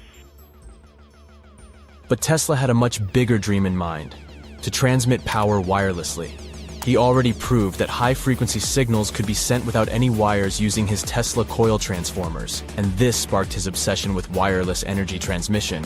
His vision was to not only transform the way we communicate, but also to find a way to transfer power currents globally by tapping into the Earth's natural energy. Tesla believed that there was an abundance of free energy all around us that could be used for humanity's benefit. In 1899, he conducted some top-secret experiments and got convinced that it was possible to transmit electrical power through the Earth's upper atmosphere. This is actually how the Wardenclyffe Tower was created. It was supposed to be the prototype station for a network of towers all over the globe that would provide the whole world with wireless energy. Unfortunately, Tesla didn't have the resources or the patience of his investors to bring this project to fruition. It ran into all sorts of financial problems and roadblocks, and in 1917, the unfinished tower was finally torn down for scrap metal to pay off Tesla's mounting debts. Now it remains a sad reminder that even the greatest minds can sometimes fall short of their dreams. The original red brick laboratory, however, is still there, and it is the only Tesla lab that has survived. Fun fact, in 2017, a film crew made a crazy discovery. They used ground-penetrating radar to explore the area around Wardenclyffe, and they found a whole series of tunnels stretching for hundreds of feet underneath the site. Nobody knows exactly what these tunnels were used for, but people have been speculating for years that they were part of Tesla's grand plan. Wardenclyffe, of course, is a major landmark for Tesla enthusiasts from all over the world. Who knows? Maybe someone will finally crack the mystery of the tunnels one day. But even if they don't, the legacy of Tesla and his amazing ideas lives on. Most people know that pyramids were built as grand tombs for the pharaohs, designed to ensure they had a smooth journey to the afterlife. The Great Pyramid of Giza, for instance, was constructed for the pharaoh Khufu. But what most people don't know is that this whole pyramid building trend started right here with the step pyramid of Djoser about 4,700 years ago. This massive structure was built for Pharaoh Djoser, a ruler from Egypt's 3rd dynasty. It rises 7 layers high above the ground and stands about 200 feet tall. We think of it today as a phenomenal architectural project, but for ancient Egyptians, the step pyramid of Djoser turned out to be more like a massive experiment, a trial run, if you will, to perfect their building skills before they moved on to even more ambitious pyramids. Reaching new heights is super exciting, but the real mystery is what is going on below the ground. In this pyramid's underground labyrinth, there is a network of tunnels stretching about 3.5 miles long, and some researchers believe these tunnels might have been part of a sophisticated water system that could completely change what we think about pyramid construction. Let's talk about this massive complex located in Saqqara. Surrounding the pyramid, there's what's known as a dry moat, a continuous trench that is up to 164 feet wide and almost 2 miles long. It forms a sort of rectangular shape around the pyramid. This trench has an average depth of about 65 feet. Now, if you were to add up all the earth and rock they dug out to create this moat, it would be about 10 times the volume of the step pyramid itself. For the longest time, people just assumed this trench was nothing more than a huge quarry, a place where they dug up stone and clay to build the step pyramid. Makes sense, right? But when you take a closer look, it doesn't add up. The trench is too narrow and deep to be practical for mining, and its layout doesn't match anything we know about ancient Egyptian quarrying methods. Plus, some sections of the trench are actually covered with a rocky ceiling, which would have made it nearly impossible to use as a quarry. Another theory suggests that the dry moat had some kind of spiritual significance. Maybe it was a sacred place, where souls of nobles gathered to serve the late king in the afterlife. There are even niches in the walls that work as a hint at this spiritual function. But most researchers believe that this purpose likely developed much later, long after the complex was built for Djoser. So, what was the moat really designed for? In 2020, a researcher came up with a pretty intriguing idea. It is possible that this trench was actually designed to collect and manage water, especially after heavy rainfalls. Now, that makes sense when you consider the location. The moat sits in an area that could easily have been flooded by runoff water from nearby plains. This could also explain why the trench wasn't used for new graves until much later when the climate became drier and less prone to flooding. The story becomes even more intriguing, as this trench appears to be part of a larger, more complex hydraulic system within the Djoser complex. It is like the trench has several compartments, carefully carved out of the rock and connected by tunnels. These compartments likely served as a part of a water treatment system, where water would flow from one compartment to the next, getting cleaner as it moved along. Now, here is where things start to tie into the pyramid itself. The Djoser complex has a series of underground shafts, and some researchers think that water from the moat's deep trench might have been used to power a hydraulic lift system, and this giant water-powered elevator could have been used to raise the heavy stones needed to build the pyramid. It worked like a volcano, but instead of lava, water did the heavy lifting. Imagine a big deep hole in the ground at the center of the pyramid site. Inside this hole, there was a huge wooden platform, kind of like a giant raft that could move up and down. When the workers wanted to lift a heavy stone, they would fill the hole with water. As the water rose, the wooden platform started to float up, carrying the stone with it, almost like a giant water-powered elevator. When the stone reached the right height, the workers slid it off the platform and onto the pyramid. The idea is that water from the deep trench, after being cleaned and filtered, would flow into these shafts. A massive float, possibly made of wood, would then rise as the water filled the shaft, lifting the stones up to where they were needed for construction. Once the stone was in place, they'd let the water out, lowering the platform back down to the bottom, ready to lift the next stone. This fancy hydraulic lift system could have been a game changer, making the whole building process a lot faster and more efficient without using a lot of workforce. It is like the ancient Egyptians were already embracing the whole idea of work smarter, not harder. But of course, not everyone is on board with this theory.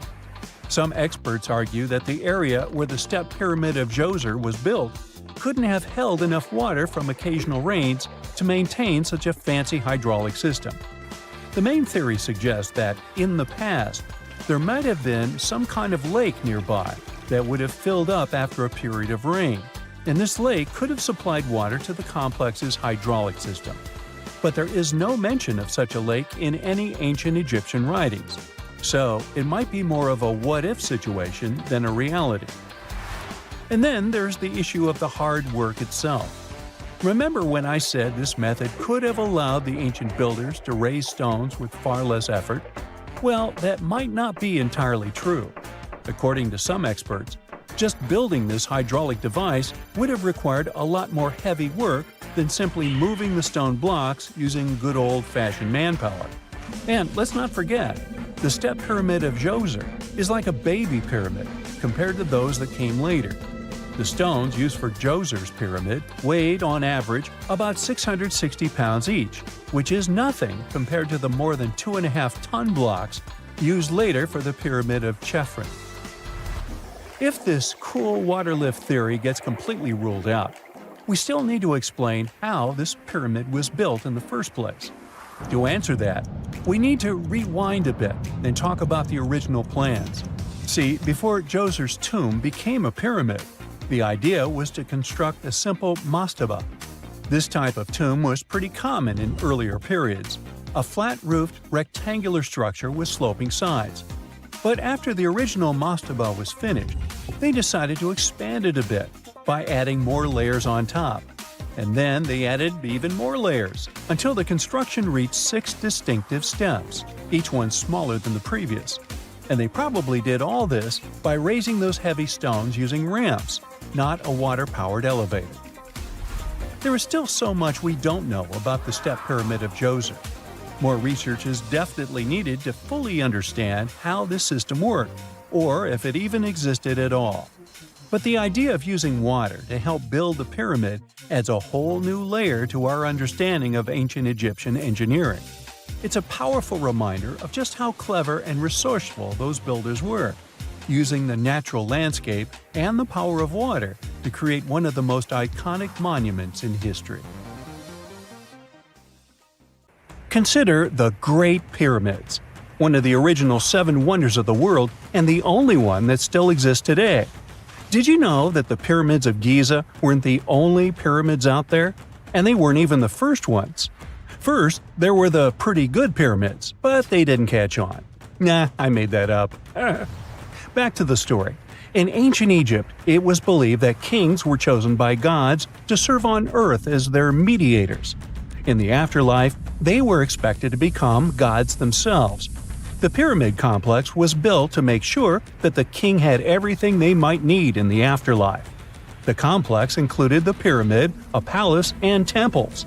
The tomb in the pyramid, where the king was buried, was filled with many things they might need, like furniture, food, and gold vessels. Actually, the first pyramid had been built 80 years before the first pyramid of Giza appeared. Overall, there were around 100 of them. Some weren't finished though, since the construction took a while and not every pharaoh lived long enough to see the end of the construction. And now let's talk about the construction itself. The biggest of the pyramids of Giza is as tall as a 40-story building.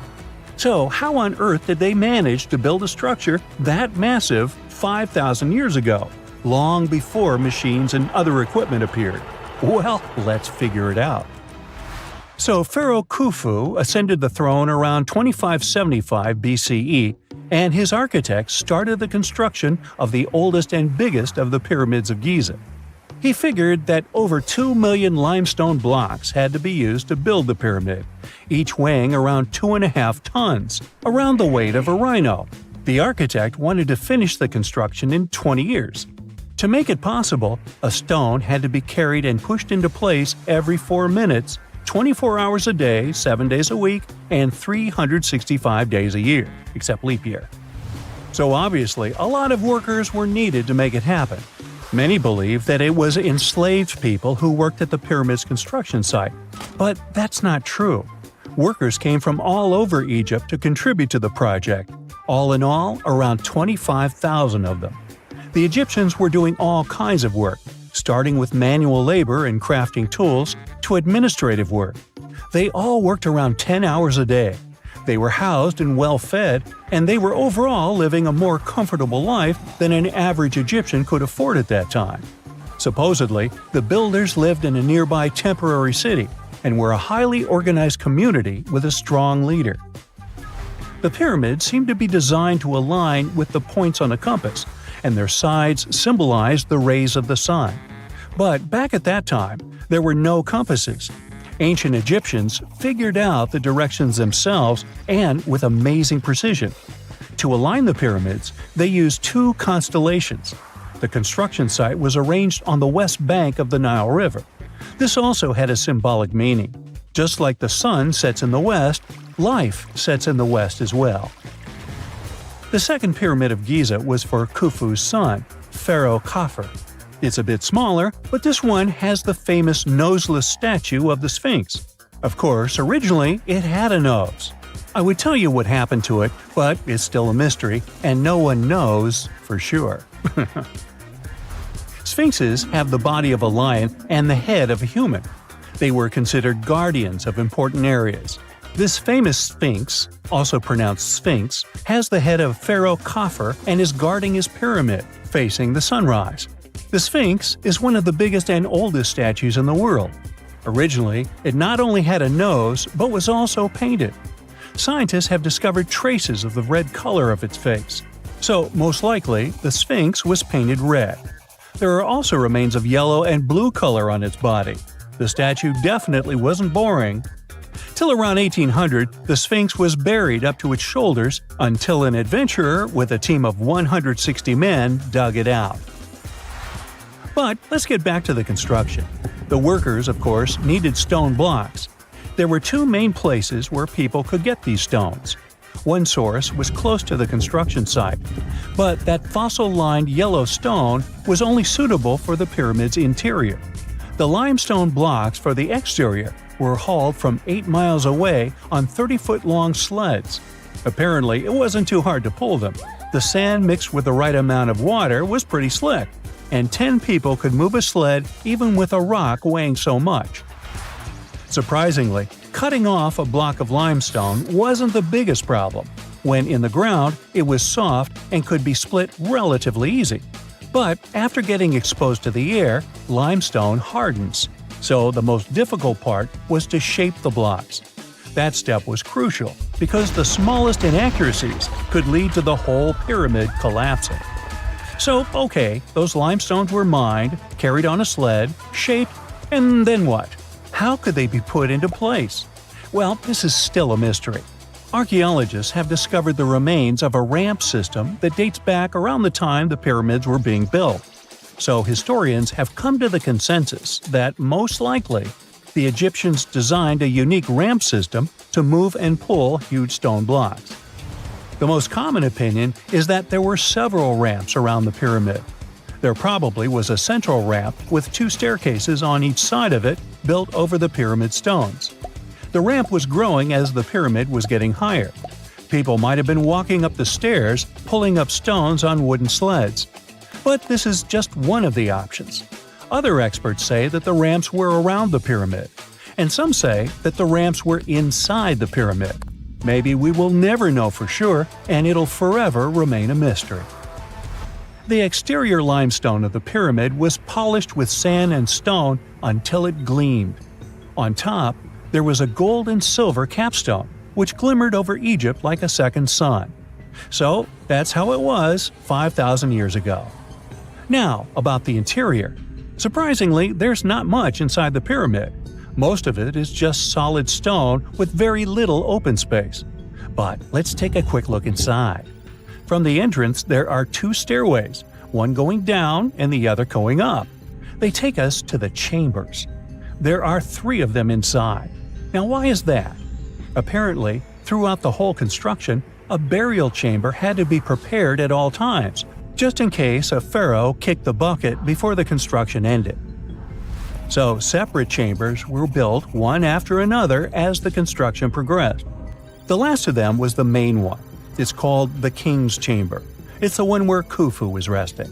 It's the biggest room at the very heart of the pyramid, and there's a big passageway leading to it. It was likely used as a kind of elevator to move granite up to build the interior. Granite was also used to make 5 stories of support beams to ensure that the pyramid didn't collapse. And we can see that it worked since it's been standing for centuries. Unfortunately, none of these chambers have hieroglyphs on the walls.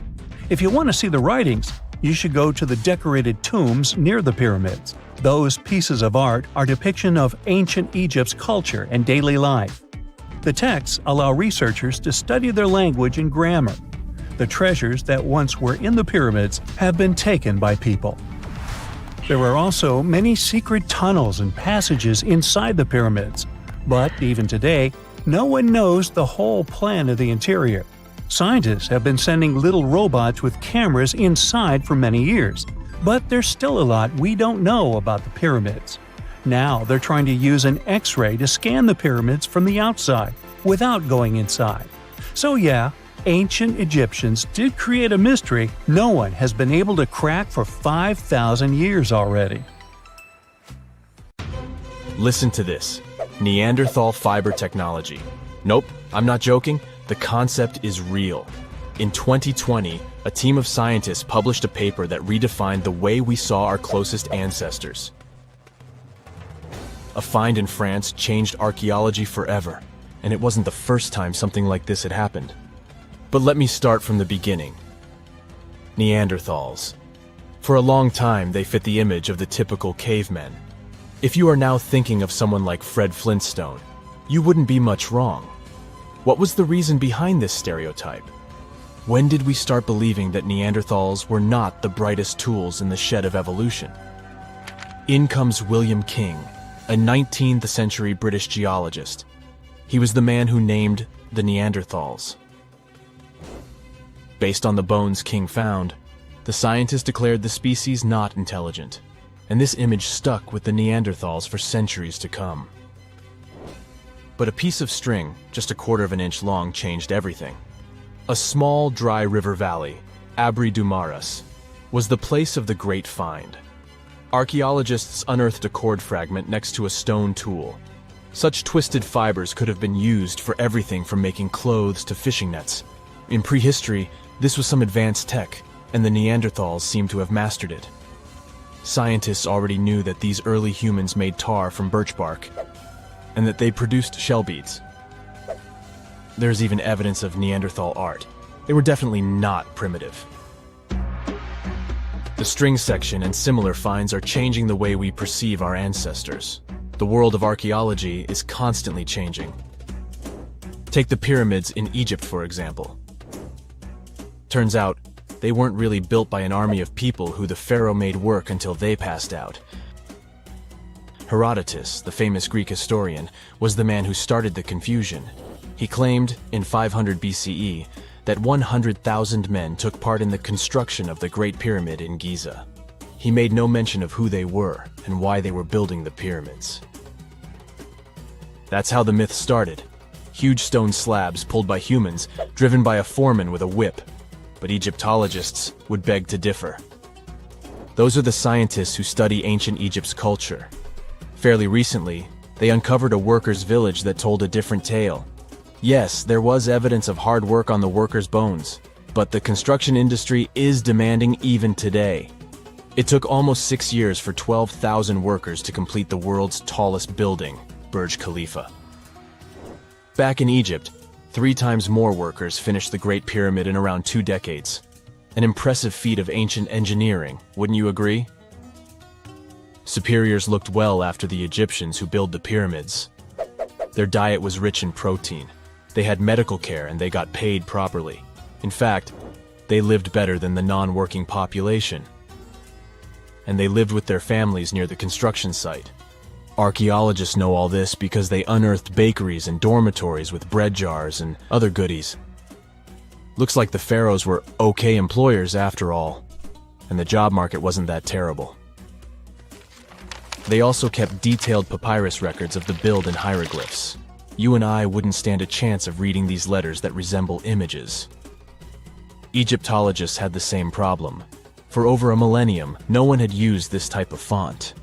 And it's not like there was an English ancient Egyptian dictionary you could open and find meanings of words. But all this changed in 1822. A couple of decades before, the French found a broken slab of black granite. The stone contained one text in 3 scripts: Ancient Greek, Egyptian hieroglyphs, and Demotic. The last one was also the Egyptian language, but in a simplified script. Scientists dated it back to 196 BCE. The content is a religious proclamation. A French philologist and Orientalist, Jean-François Champollion, was the first one to crack the code. You see, people haven't forgotten ancient Greek letters. The Frenchmen successfully matched the Greek letters with the ones in the Egyptian script. And voila, we were finally able to read hieroglyphs. The name of the piece of granite that made it all possible was the Rosetta Stone. The importance of its discovery went beyond archaeology. The word Rosetta Stone even entered the English dictionary. It represents a discovery that helps people understand an enigma that has been puzzling them for a long time. There are similar games. A symbol is attached to a particular message. Then you have to decode the message by replacing the symbol with a corresponding letter. In a nutshell, this is what scientists did with the Rosetta Stone more than 2 centuries ago. Do you know what is the oldest deciphered language in Europe? It has an unattractive name, Linear B. The script belongs to the Mycenaean Greek language. It predates the ancient Greek alphabet by several centuries. You can easily guess which script it is descended from. Linear A. The people from Crete used Linear B more than 1,000 years ago. During the Late Bronze Age, the Greek civilization that used the script vanished. There was no one who could read Linear B, and more importantly, no one knew it existed in the first place. This was about to change during the first years of the 20th century. A British archaeologist by the name of Sir Arthur Evans excavated a vast palace complex at Knossos, Crete, Greece.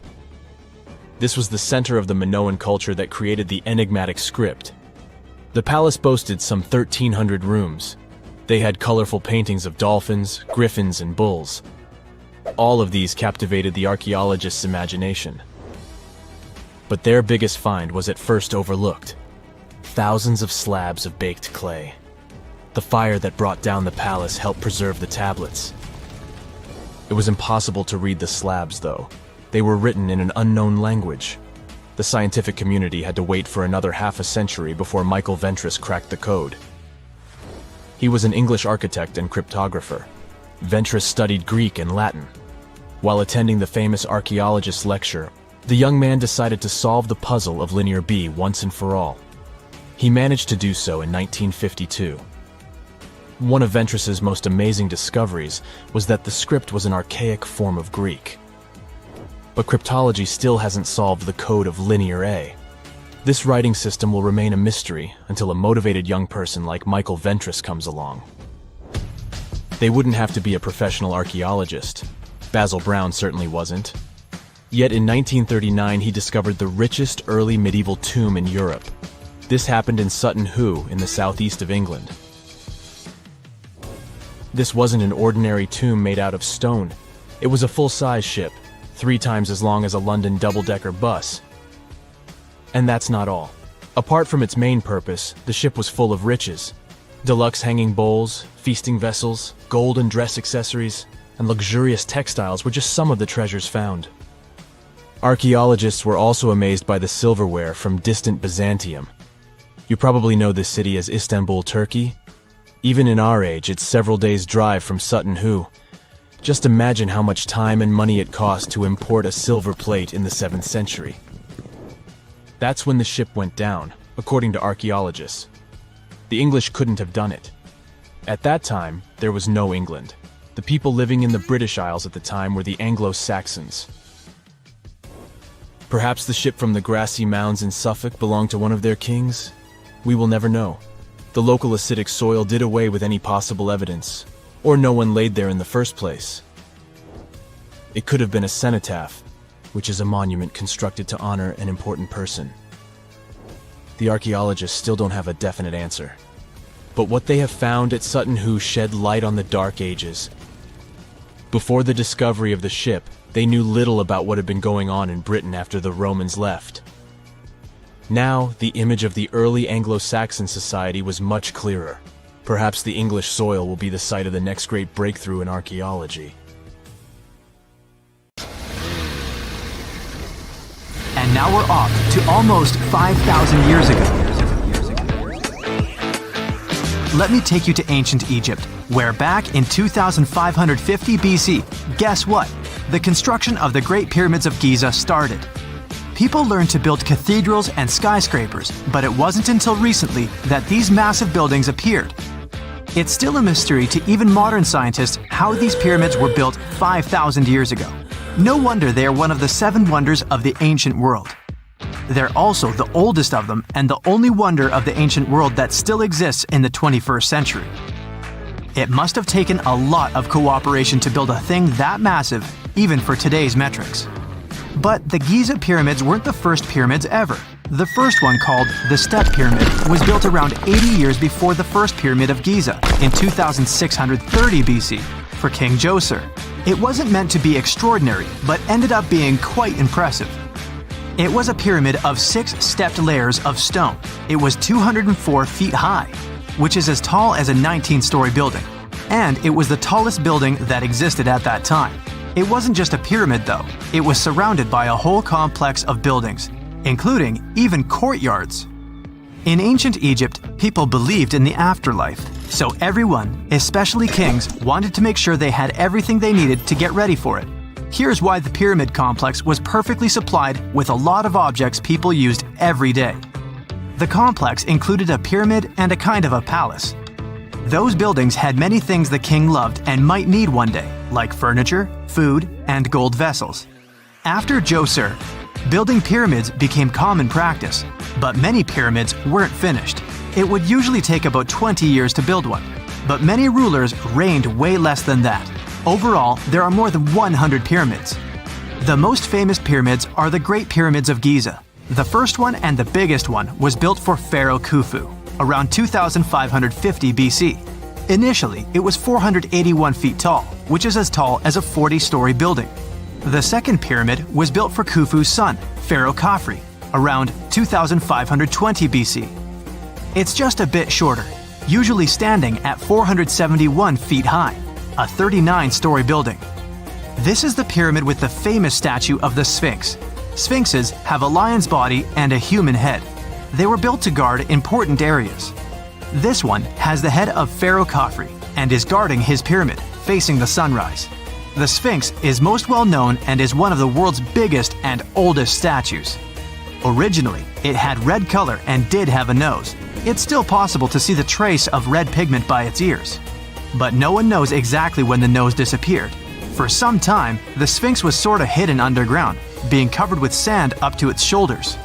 Luckily, in the early 1800s, an adventurer with a team of 160 people dug it out. The third pyramid of Giza is the smallest one, being more than twice shorter. Originally, it was 218 feet high, about the height of a 20-story building. Built in 2490 BC, it was a pyramid for Khafre's son, Menkaure. The pyramids are designed to align with the points of the compass, and their sides symbolize the rays of the sun. But back at the time, there were no compasses. Ancient Egyptians figured out the directions themselves, and with amazing precision. To align the pyramids, they used 2 constellations. Originally, the pyramids were covered in smooth white limestone and had a gold-silver top to reflect the sun. Later, the white limestone was taken from the pyramids by other kings and used for other buildings. Scientists estimated that ancient Egyptians used about 2.3 million stone blocks to build the first pyramid. Each block weighed more than 1 ton.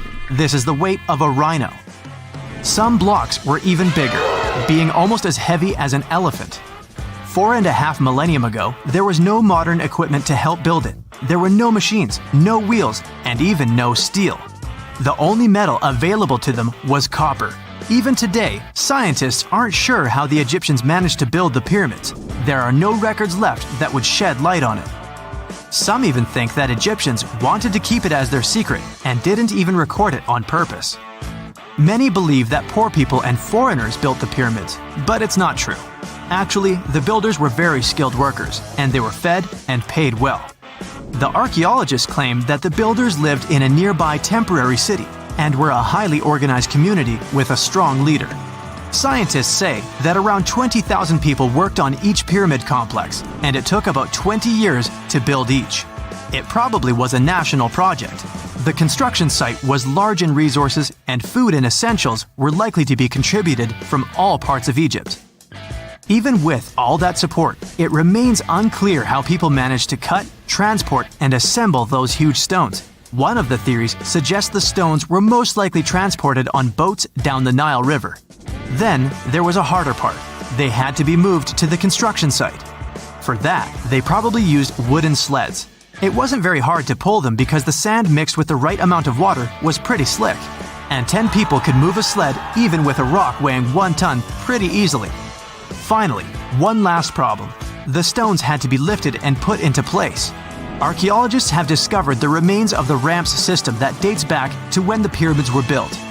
Most likely, the Egyptians designed a unique system to move and pull huge stone blocks, but no one knows what it looked like exactly.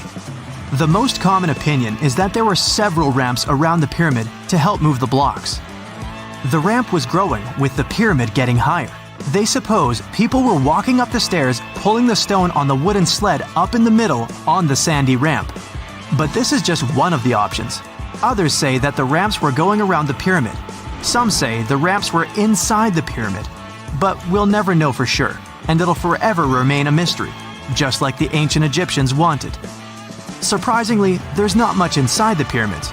Most of it is just solid stone with very little open space. But let's take a quick look inside the biggest of the pyramids of Giza.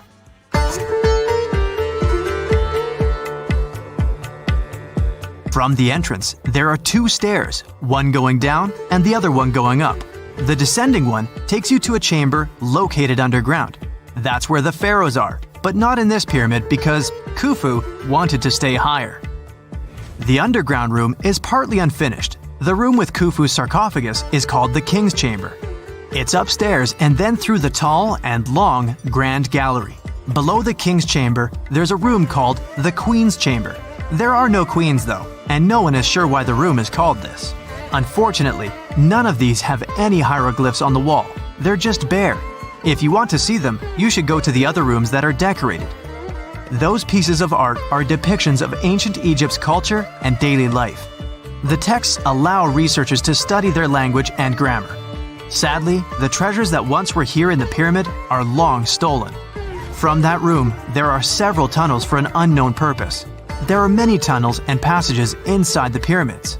There are many chambers and shafts and secret ways.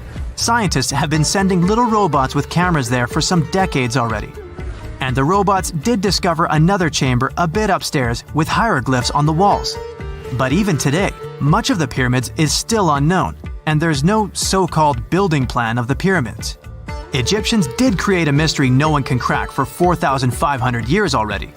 Scientists recently started to X-ray the pyramid to learn what's inside it without entering it and its narrow, mysterious tunnels. 2 centuries ago, a 31-year-old Frenchman stormed into his brother's office in Paris. He had only one thing to share. "I've got it!" The man was so excited that he immediately collapsed. He spent the next 5 days in bed recovering his health. Who was this mysterious person, and why was he so thrilled? Jean-François Champollion made one of the greatest scientific breakthroughs in human history. He had cracked the code of Egyptian hieroglyphs. This enabled scientists to finally unravel the secrets of this ancient civilization. They weren't able to read hieroglyphs for nearly 2,000 years. After the Romans took over Egypt, the intricate writing system slowly faded away from people's minds. The last of the hieroglyphic texts date back to the 4th century. For thousands of years, Egyptians used images to show their lives. But the knowledge of how to read these pictures was lost to modern science. The story of hieroglyphs began in 3250 before current era. That's when ancient Egyptians developed writing. Their motivation was to better organize the distribution and storage of goods. One of the earliest examples is a ceramic jar that had an inscription in black ink. There were 2 major writing systems. The first were the hieroglyphs, which literally means sacred carving. Egyptians carved hieroglyphs in stone on temples, tombs, and similar monuments for 3,000 years. They present a system of pictorial texts. A pictograph is a picture or a drawing that stands for an idea of a word. It's a precursor to the true writing as we have it today. For example, when Egyptians wanted to write ibis, they would draw a small image of the bird. hieroglyphs can be found on walls. They were a formal way of writing. The other writing system was hieratic. Egyptians mostly used it when writing on papyrus. That's an early, thicker form of the paper we have today. It soon evolved into demotic. This improved version became the most common writing systems in ancient Egypt. Then, in the early 4th century BCE, Alexander the Great took control of Egypt. This was the time when the Greek Ptolemaic dynasty ruled the country. You've probably heard of the last ruler of this dynasty, Cleopatra. During her time, Egyptian Demotic and Greek were used side by side. The two started mixing, and by the year 100, a new language emerged, Coptic. It slowly replaced the ancient writing system. Only Egyptian priests used hieroglyphs for the next couple of centuries, and then their meaning was lost to history. But not forever. Arabs were the first who tried to solve the mystery of the hieroglyphs. Medieval travelers came across these strange symbols and wanted to understand their meaning. They consulted speakers of Coptic and translated text from Greek and Latin into Arabic to break the code of the hieroglyphs. During the Renaissance, Europeans also became fascinated with the legacy of ancient Egypt. Scholars from the Old Continent believed that hieroglyphs were a group of symbols as opposed to a written language. This was all about to change in 1799. A year earlier, Napoleon, the famous French ruler, arrived in Egypt.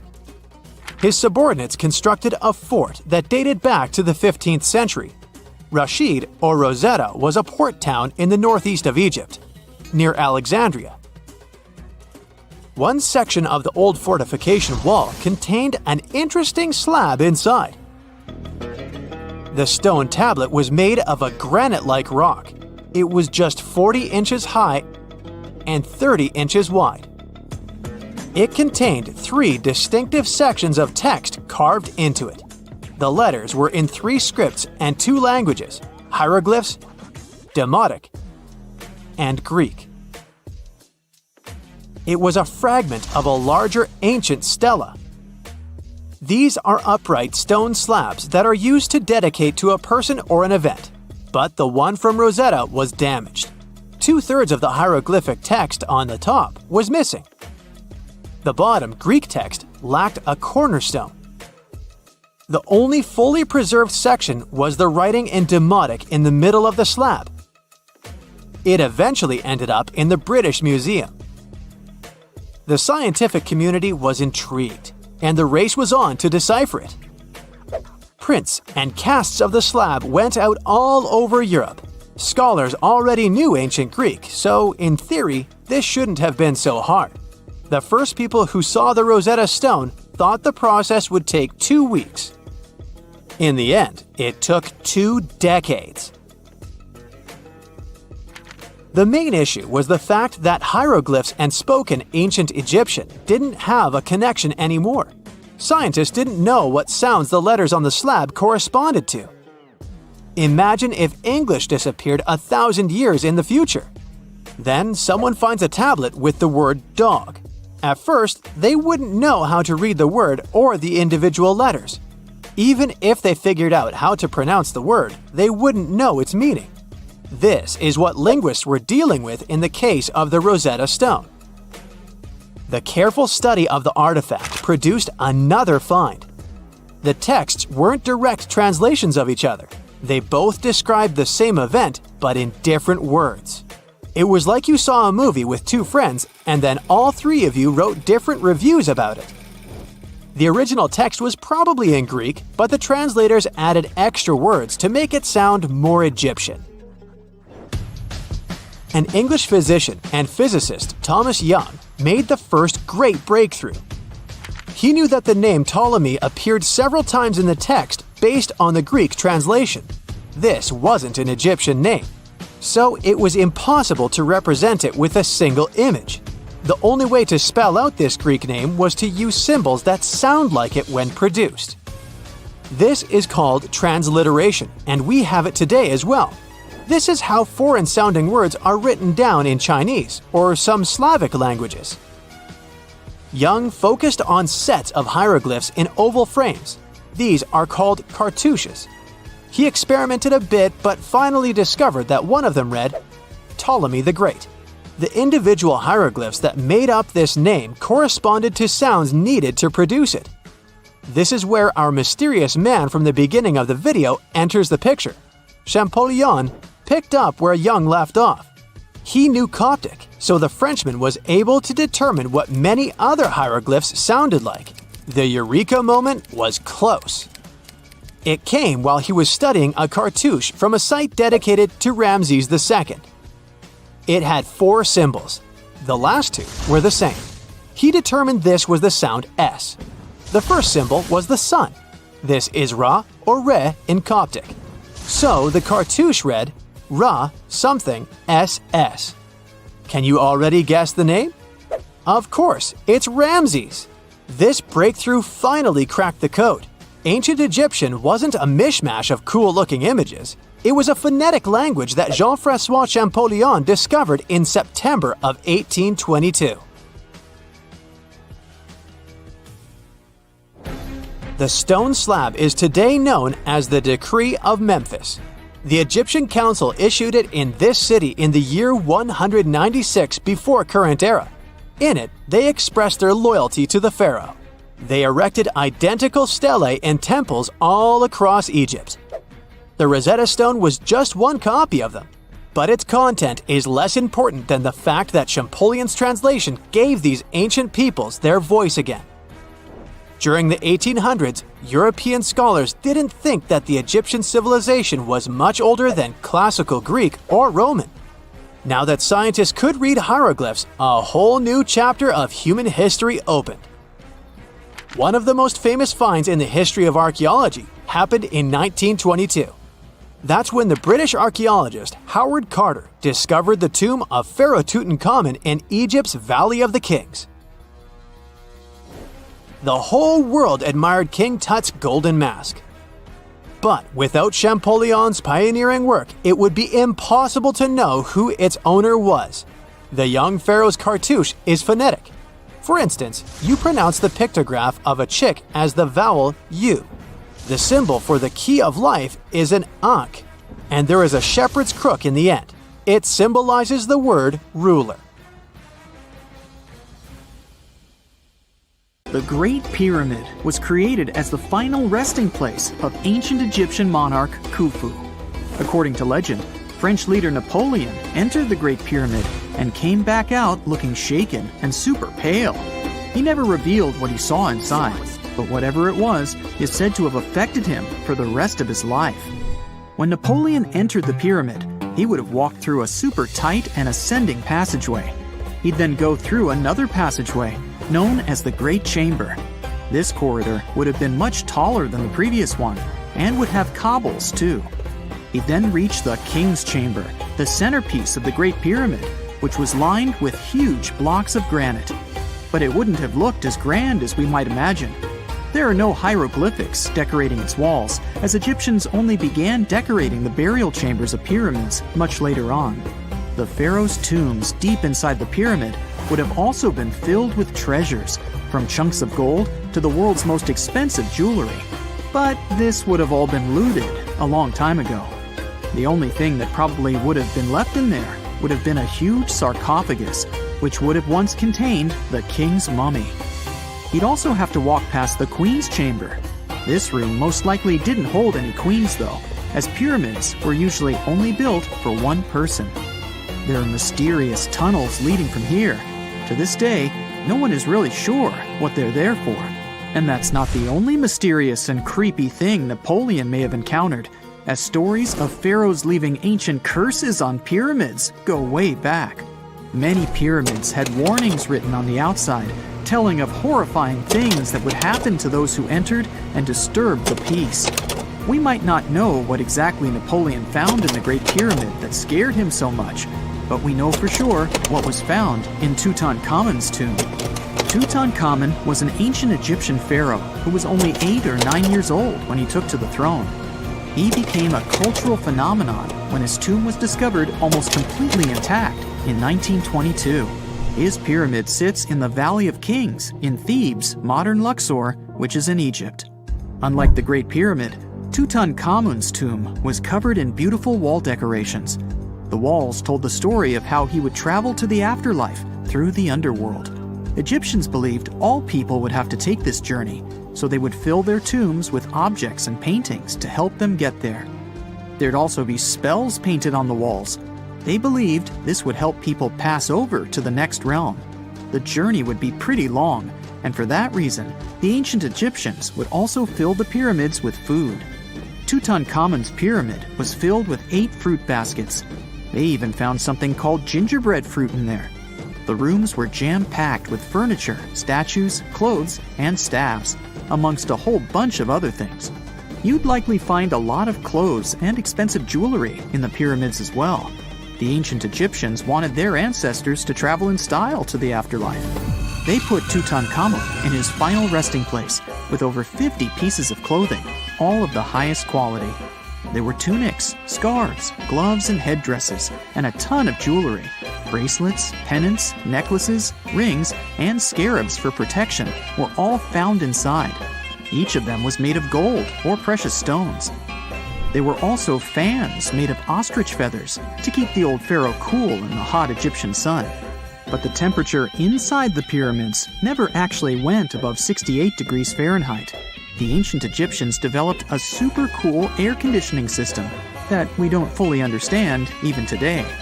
Tutankhamun's pyramid also contained 130 walking sticks made from ebony, ivory, silver, and gold to help him on his journey. There were 3 chariots hidden away in case he got tired of all the walking. They also put 11 boat paddles inside, but there was no sign of any boat. The pyramids would be littered with the pharaoh's favorite scents and perfumes. During the excavation of Tutankhamun's pyramid, it quickly became clear that it had been robbed during ancient times. There was damage to doors and traces of oils left in empty jars. It looks like someone raided the pyramid for gold and the scents, perfumes, and oils that had been left for King Tut. There was still a bit of perfume, which was made from coconut oil and frankincense, left in one bottle. It seems like Pharaoh Tutankhamun loved board games. There was an ivory traveling set of senet in his pyramid. Although we don't know for sure exactly how to play it, we have figured out it was sort of an ancient Egyptian version of backgammon. It looks like it was a 2-player game where the goal was to knock your opponent off the board. Not really sure who Tutankhamun's mummy was supposed to play with, though. The ancient Egyptians had some rituals that may seem pretty strange to us. For example, they used to shave their eyebrows off if they ever lost a cat. So it's not too surprising they put some really weird things inside pyramids. Archaeologists discovered a collection of mummified cats and scarab beetles in pyramids that date back more than 4,000 years. They were found in the pyramids of Saqqara, which is south of Cairo. They also found a bunch of makeup kits and mirrors inside. Makeup was worn proudly by both men and women in ancient Egyptian times. Eyeliner was the most popular cosmetic. The Rosetta Stone was one of the best discoveries ever made in pyramids. It was found by our man Napoleon Bonaparte and his team. It's a black granite rock that dates back to 196 BCE. It's transcribed in Greek, Demotic, and hieroglyphic. When it was translated in 1822, we got the key to understanding ancient Egyptian hieroglyphics for the very first time. The discovery of Queen Hatshepsut's mummy in 1903 changed our understanding of the Egyptians forever. After she had passed away, her successor, Thutmose III, removed most of the evidence of her reign, so we basically knew nothing about Egypt's first great female leader. She's now gone on to become one of the few and most famous female pharaohs of Egypt. Pharaoh Khufu even had a fully fledged boat in his pyramid. Archaeologists uncovered more than 1,200 pieces of a giant boat near the Great Pyramid at Giza. They reassembled the boat, and it's a whopping 144 feet long. It's most likely a solar boat, which was designed to carry the resurrected king with the deity Ra. Fun fact, the Pyramid of Giza is the last remaining of the 7 wonders of the ancient world. The other 6 are the Hanging Gardens, the Colossus, the Temple of Artemis, the Mausoleum, the Lighthouse, and the Statue of Zeus. This pyramid was also the world's tallest man-made structure for 3,800 years, and it's the biggest pyramid in Egypt. It took a staggering 2.3 million blocks of limestone, and some weighed as much as 80 tons. It took an incredible 100,000 laborers and a whopping 23 years to build. Its original height was a mega 480 feet. In 2017, archaeologists discovered something weird about Egypt's Great Pyramid. There's a hidden void that's at least 100 feet long, and no one really knows why it's there or what's actually inside it. The weird void is the first inner structure discovered within the 4,500-year-old pyramid since the 1800s. Scientists used cosmic rays to detect the massive hole, but are still no closer today to finding out what's inside. The ancient Egyptians took a lot of care building the pyramids, and everything was strategically placed and structurally sound, so it's super unlikely that this hole is due to blocks falling over time. Loads of pyramids also contain small model figurines called ushabti. These represented attendants. They believed they would come to life to serve the pharaohs in the afterlife. But it's amazing that all this stuff actually fit inside. There isn't actually a huge amount of space inside the structures. It's mostly just rock. It's 1898, and you're taking part in excavations in Saqqara. This place, not far away from Cairo, is full of ancient tombs and pyramids. You're in your Indiana Jones mood and hope to find something really phenomenal to become famous. Gold, manuscripts, treasure maps, mummies of famous pharaohs. Wait, a wooden bird? You're really disappointed as it looks like a regular toy. An old one, but still. Little do you know that years later, someone would propose that your bird was actually an ancient monoplane. So the artifact, nicknamed the Saqqara bird, is made of a sycamore tree. The birdie has a wingspan of just 7 inches and weighs around 40 grams. A perfect original souvenir from Egypt, I would say. It's over 2,000 years old and looks pretty plain, without any carvings of feathers or other intricate ornaments. It has a beak and eyes, though, which makes our find look like a hawk, the emblem of the deity Horus. Its tail is rather unusual as it's squared, looks weirdly upright, and it seems like the sunken part of it was the place for a now missing piece. Humans love solving a good mystery, so there have been several attempts to explain the use of the birdie. First, quite simply, is that it was a ceremonial object. The second idea is that it was a toy for a child from some well-off family. It could have been some sort of boomerang, which was a popular concept in ancient Egypt. Then there was a theory that the bird had been used as a weather vane. But this one has been debunked as the figure doesn't have any holes or markings, except for the one made at the museum in Cairo to fix the exhibit on a stick. So there was no way to hang it in the past.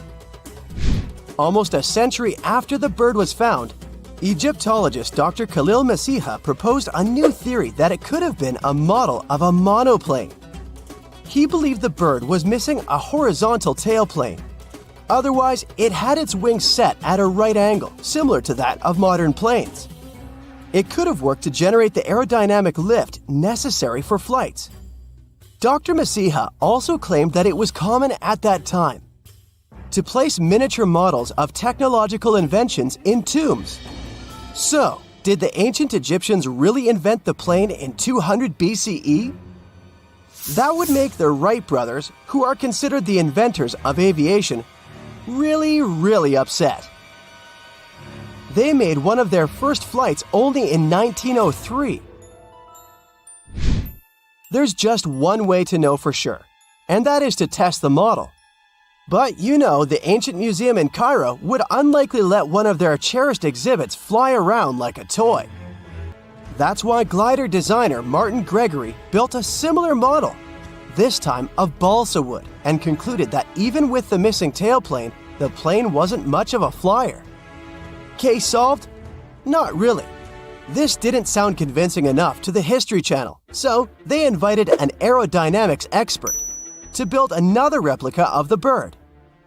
He tested it in weather conditions similar to those in Egypt, and was impressed with the little plane's abilities. So, if they did invent the prototype of a plane back in the times of pharaohs, it would be a good example of an oupart. That's an out-of-place artifact, an object that's way ahead of its time in terms of technology or history. And the Saqqara bird isn't the only example of such a revolutionary concept. In 1901, a group of divers retrieved the Antikythera mechanism from an underwater shipwreck near the Greek island of Antikythera. It's been dubbed the world's first analog computer, and it's currently dated around 100 BCE. The bronze mechanism could tell the position of the sun, moon, planets, and stars, as well as the lunar phase, the dates of upcoming solar eclipses, and even the speed at which the moon moves through the sky. No one's sure who used it and how or where it was made. But it's obvious that it's extremely precise and way too advanced for its time. The first flushing toilets in the world were invented in the middle of the 20th century. Just kidding. The ancient Minoans on the Mediterranean island of Crete and the Indus Valley civilization both came up with this brilliant invention at the same time, around 4,000 years ago. The plumbing and sanitation were so well done that no one managed to design anything better until 2,000 years later. One ancient Minoan lavatory was discovered at the Palace of Knossos. It looks like it had a wooden seat set over a tunnel that directed water from a rooftop reservoir to an underground sewer. Other varieties got water from jugs. Only the super rich people could afford all this glory. So if you wanted to shop for real estate back then, the flushing toilet would be a telltale sign you were in the rich neighborhood. Automated doors became a cool, seemingly new invention back in 1931. But the technology behind them is actually much older. Think the 1st century CE old. Mathematician and engineer Heron of Alexandria came up with a hydraulic system to open and close temple doors. To bring it into action, you need to light a fire to produce heat. There was a brass pot under the fire, half filled with water. The inventor connected the brass pot to containers that acted as weights. When the fire was burning, the water moved into the containers. They went down and pulled the ropes. It was nothing like a supermarket door that opens in front of you before you even have time to think. Heron's door took hours to open, and there was no way to stop the process. That's why they only opened the doors once a day before people entered the temple, to add some mysticism at the temple during ceremonies. Spooky. Looks like the first ever battery was invented in Baghdad around 2,000 years ago. A German archaeologist found this oval-shaped clay jar in 1938. Scientists are still not sure what purpose it served and who exactly invented it. There is a theory that it was used for electroplating objects with precious metals. When they filled it with a weak acid like vinegar, the battery produced around 1 volt of electricity. Another theory says it was a vessel for sacred scrolls. Would you like to buy contact lenses designed by Leonardo da Vinci himself? In 1508, he invented a glass lens with a funnel on one side. You were supposed to wear it with water inside to improve your vision. Sounds a bit uncomfortable, doesn't it? So, around a century later, French scientist René Descartes decided to improve the idea and make the cornea contact the future lenses. Contacts because they contact your eyes, get it? The glass tube with liquid did help improve vision, but blinking was sadly impossible. 2.5 centuries later, new technologies in the glass industry let scientists design contacts that would fit in the eye and even let the wearer blink. Thanks, guys! Still, those lenses were made of heavy blown glass and didn't let the eye breathe. About 50 years later, contacts became plastic, lightweight, unbreakable, and scratch-resistant, but still covering the entire eye. And then, in 1948, an English optical technician accidentally sanded down a plastic lens and figured out they'd still be in place even if they covered only the cornea. Imagine you're living in 19th century London and need to send a message to New York. It would have taken about 10 days to get there by ship. So when delivery time went from days to hours in 1858, it was a true sensation. The first message was sent by Queen Victoria herself. It was all made possible thanks to the transatlantic telegraph cable, running under the ocean. Sadly, the new cool invention only lasted a few weeks. It took years to bring it back to life. A gruesome discovery took place in Egypt some years ago. You want to hear about it? 16 human hands, carefully buried in 4 eerie pits. They didn't look too much like human hands at first, since they were abnormally large, but they were. Weirdly, there were only right hands. No left hands were in sight. It turned out that it points to the practice of an ancient dark ritual. Old Egyptian art and tales talked of a ceremony where warriors would present the right hand of their adversaries as proof of victory and ask for gold in return. Egyptians believed in the afterlife, so cutting off someone's hand meant you cut off their power eternally. Guaranteeing this type of defeat was interesting to the winning party. Here, the fight was between Egyptians versus Hyksos, who lived in what was once known as Canaan.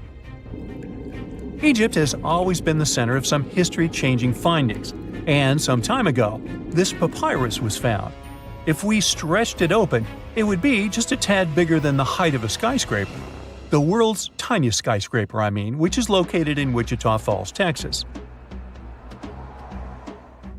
When humans didn't write on their notes app, they wrote on this thing, made from the medulla of a papyrus plant. Around 2,000 years ago, ancient Egyptians wrote something reminiscent of a book where they describe most of their funerary traditions and their visions of the afterlife.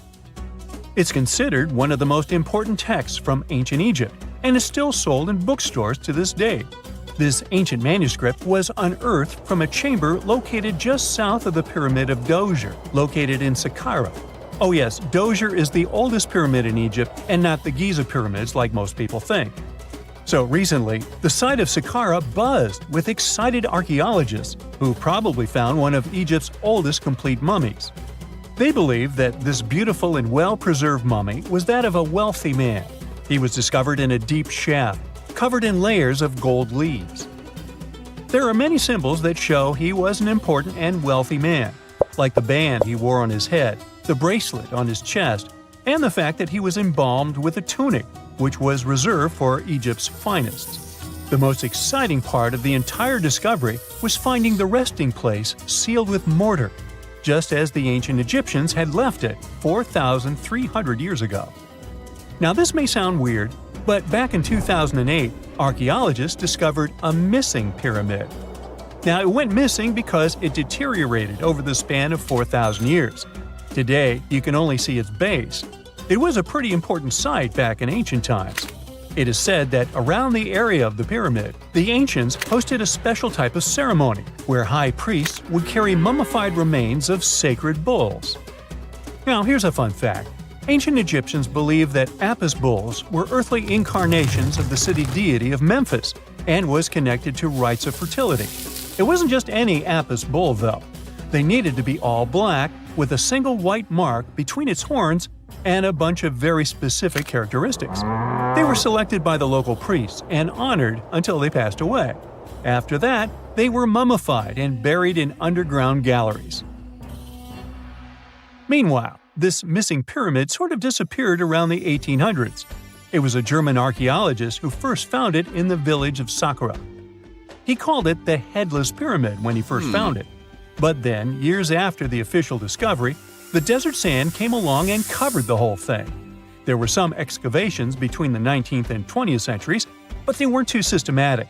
That's why scientists were so thrilled when they dug an entire pyramid's base after removing the 25-foot mound of sand that was covering it.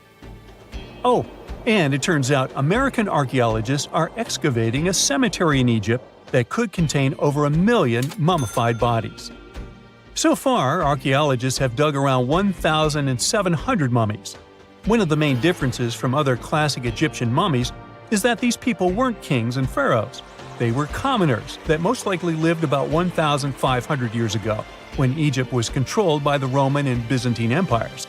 The name of the cemetery is cool though, the Way of the Water Buffalo, just in case you want to check it out on your next trip. Other than bulls and buffaloes, ancient Egyptians also liked baboons. Are you seeing a pattern here? In the beginning of the 20th century, archaeologists discovered a site filled with mummified baboons in a place called, guess what, the Valley of Monkeys. An animal wouldn't have been mummified if it wasn't considered important. Certain animals were more important than others, since they were linked to specific deities.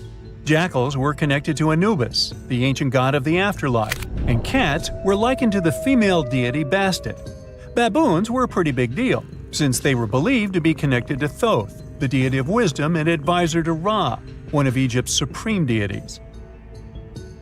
The archaeologists who studied these animals weren't too happy. They think these baboons were kept inside and were deprived of sunlight for most of their lives. They had extreme vitamin D deficiencies and they were poorly fed. Maybe Thoth got angry with these baboon keepers. Just a guess. Since there's never a boring day for archaeologists in Egypt, they also found human mummies with golden tongues. Since Egyptians were all about the afterlife, they believed that golden tongues might help a person speak once they pass to the other side. I mean, it's a long shot, but hey, why not? Some of these mummies were placed in wooden coffins with goods, such as necklaces, pottery, golden artifacts in the shape of lotus flowers and scarab beetles, and iPhones. Just kidding. A new temple was also unearthed recently in Egypt. Scientists believe it was dedicated to honor Zeus Cassios. That deity would be a cross between Zeus, the almighty Greek deity of the sky, and Mount Cassios. While digging around the Sinai Peninsula in Egypt, archaeologists spotted 2 pink granite columns poking out of the ground, and bingo. They believe these columns represented the temple's front gate and collapsed during an earthquake many years ago. And speaking of deities, there weren't only super serious deities. Recently, scientists unearthed a golden ring in a city south of Cairo.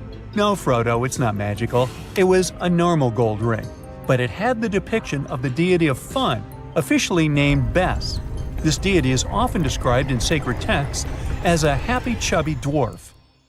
Today, many tattoos we get are sorta deprived of any sense and are made of aesthetic purposes only.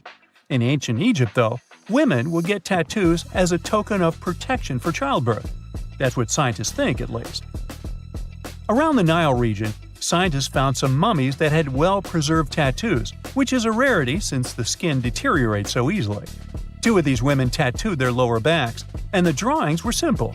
They were mostly pictures, including that same chubby dwarf we just talked about, Bes. He also had a side hustle as the protector of women during childbirth. Now, would you believe me if I told you ancient Egyptians invented robots? No? Well, that's because that's not entirely true. Sure, they were astronomers, mathematicians, and engineers, and somehow they also squeezed an eccentric invention into that package – an automated deity some scientists called Hathor. This wooden statue had been in the Metropolitan Museum of Art for years before someone noticed its secret. With the help of an X-ray machine, specialists discovered a mechanical operating system inside it. The pulley-like axis goes from the statue's shoulder to her left leg. When the system rotates, the statue raises and lowers her hand. Hey, pick me, pick me. Back in December 2012, a lot of people were freaking out over the idea that the world might end in some catastrophic event. And it was all thanks to the famous Maya calendar. This ancient way of tracking time had been the subject of endless speculation. But one of its biggest mysteries was definitely an 819-day count found in some versions of the calendar. No one could explain why it was there or how it worked, until recently, when a group of researchers from Cambridge might have finally cracked the code. First things first, how does the Maya calendar work? So the system the Maya civilization used to track days was based on something we now call the calendar round. Think of it like 3 interlocking gears. These are 3 cycles working together. The first is a 365-day solar year, known as Hab.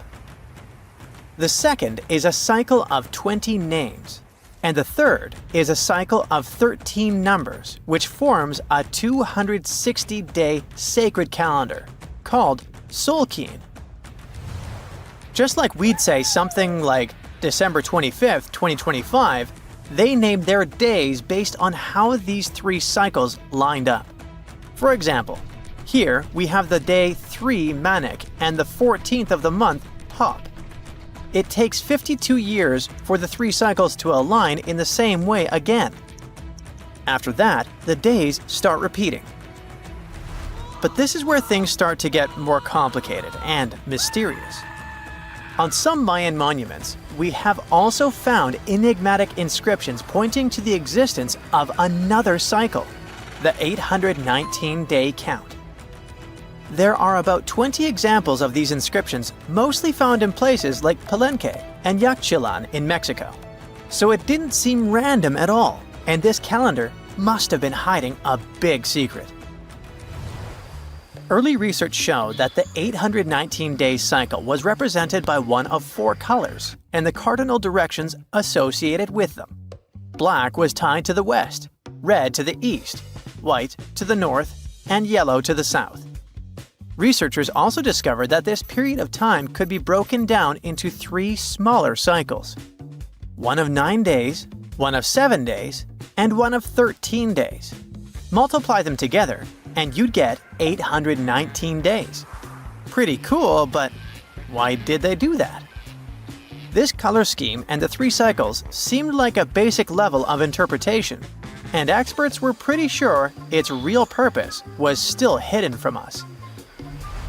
Another thing researchers noticed is that this strange count of days was mostly shown using a Y glyph followed by a number. But in some cases, they also added a glyph representing Kawil.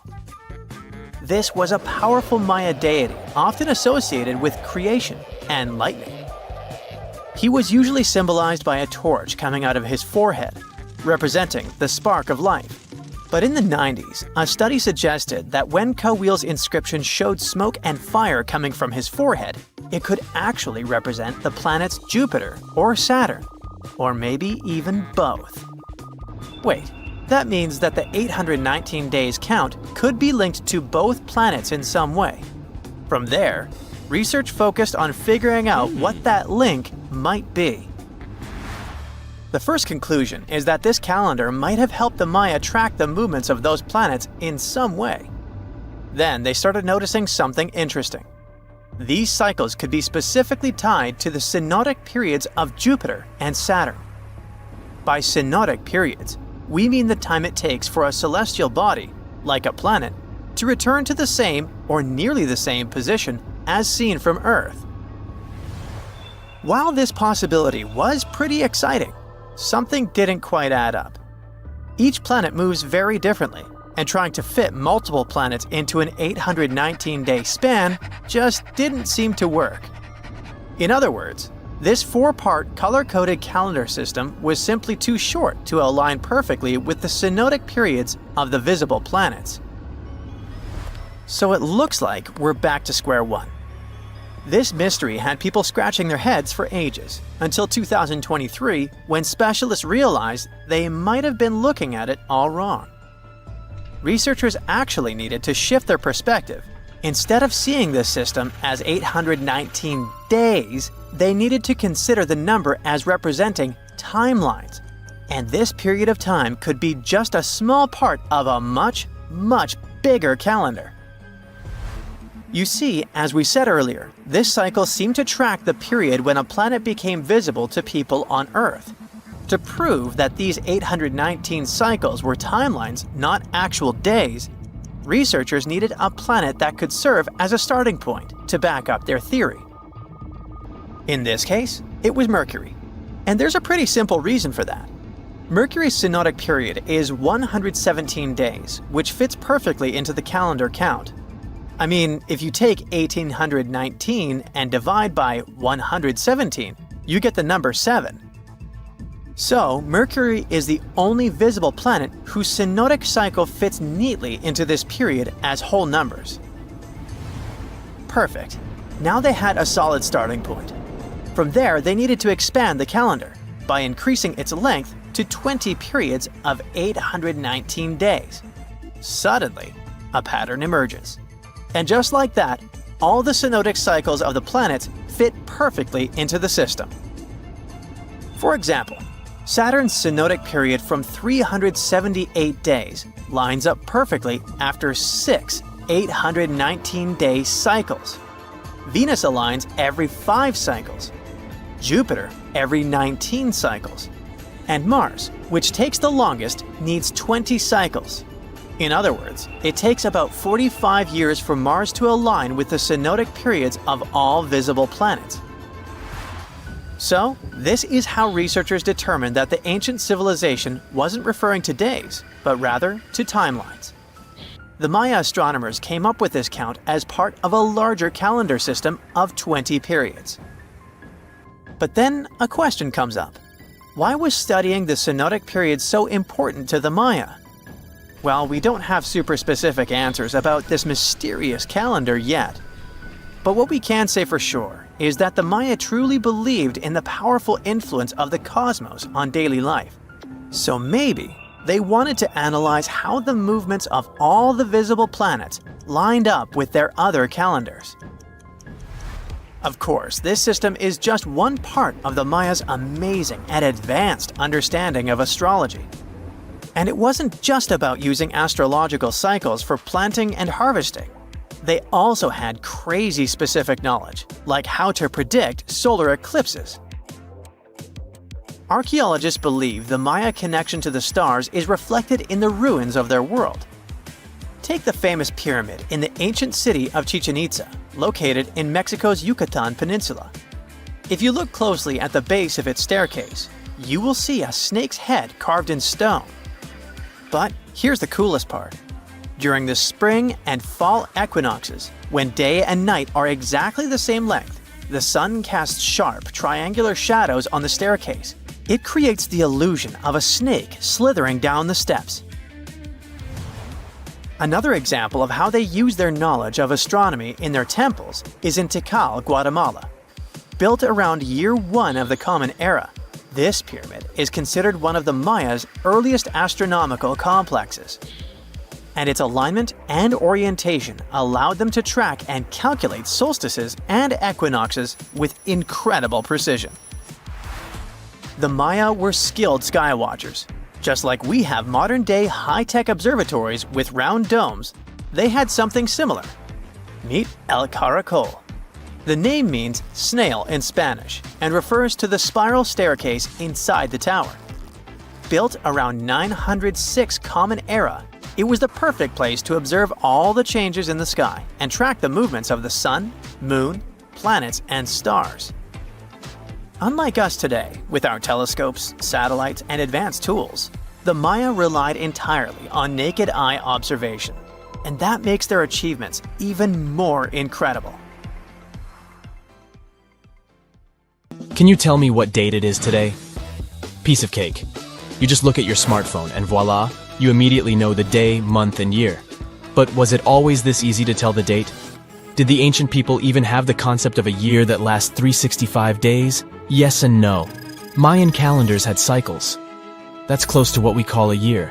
But the Mayan cycle was much longer, 819 days. And this is where the mystery begins. 819 days compared to what? When does this calendar begin, and when does it end? Scientists were asking themselves this question for decades. They discovered and deciphered the Mayan calendar during the 1940s. Recently, 2 American scientists, John Linden and Victoria Bricker, came forward with a solution. So, what did they do differently from their predecessors? The duo deciphered the code by broadening their thinking.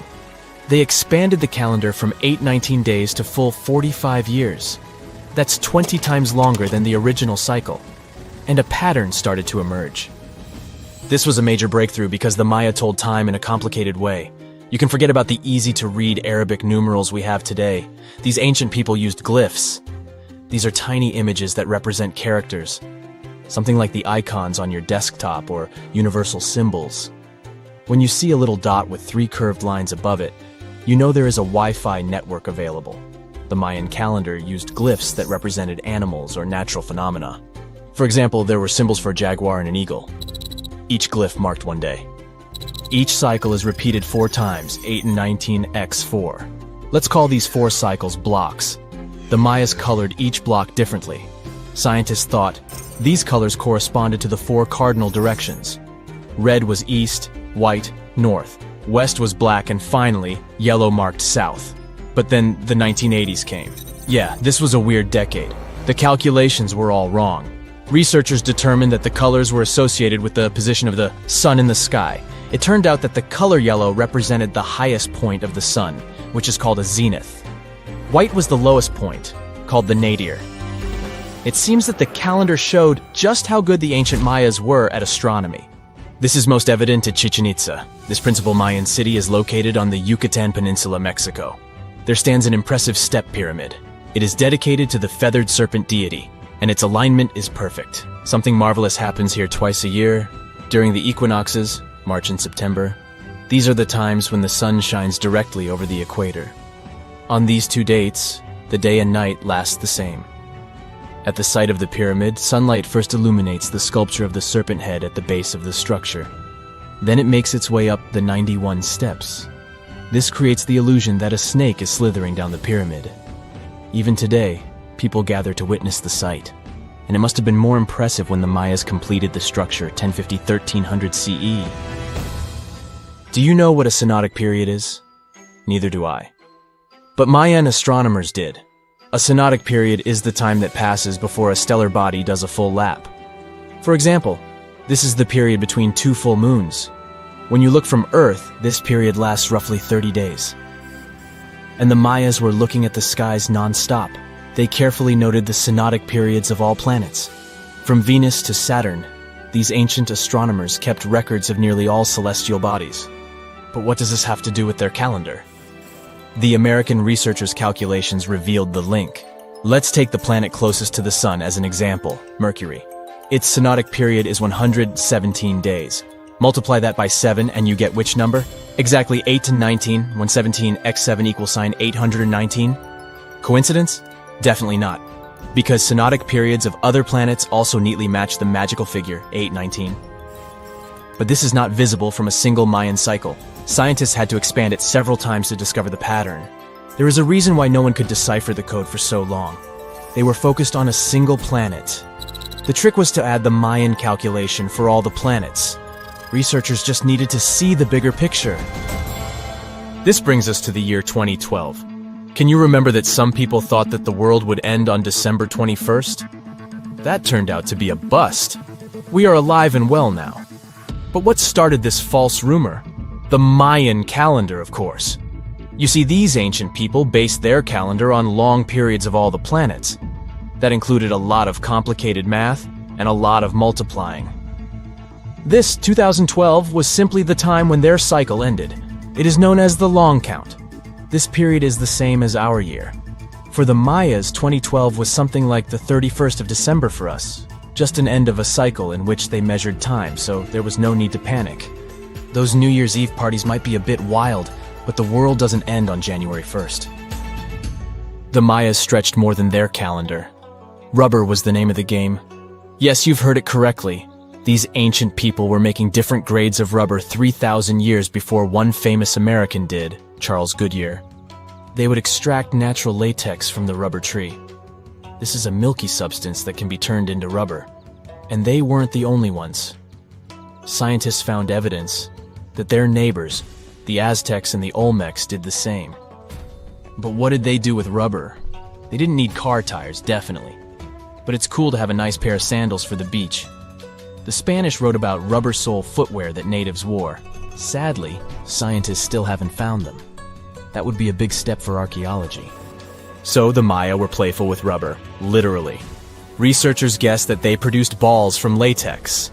These were bouncy and ranged in size from a softball to a soccer ball. A typical Mayan ball game, pits, involved 2 hoops.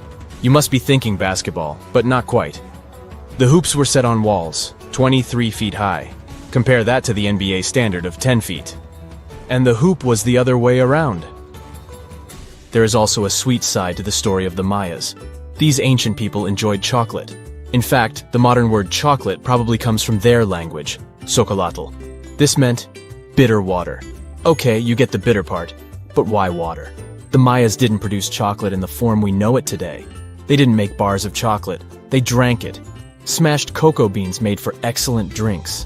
The Mayas perfected the mixture over time and even added spices. Anyone up for a fiery chocolate drink with stew peppers and cornmeal? Who knows, maybe this beverage actually tasted well. Cocoa beans were sacred and used as a currency. Researchers believe all social classes got to enjoy it. Free chocolate for all sounds nice even today.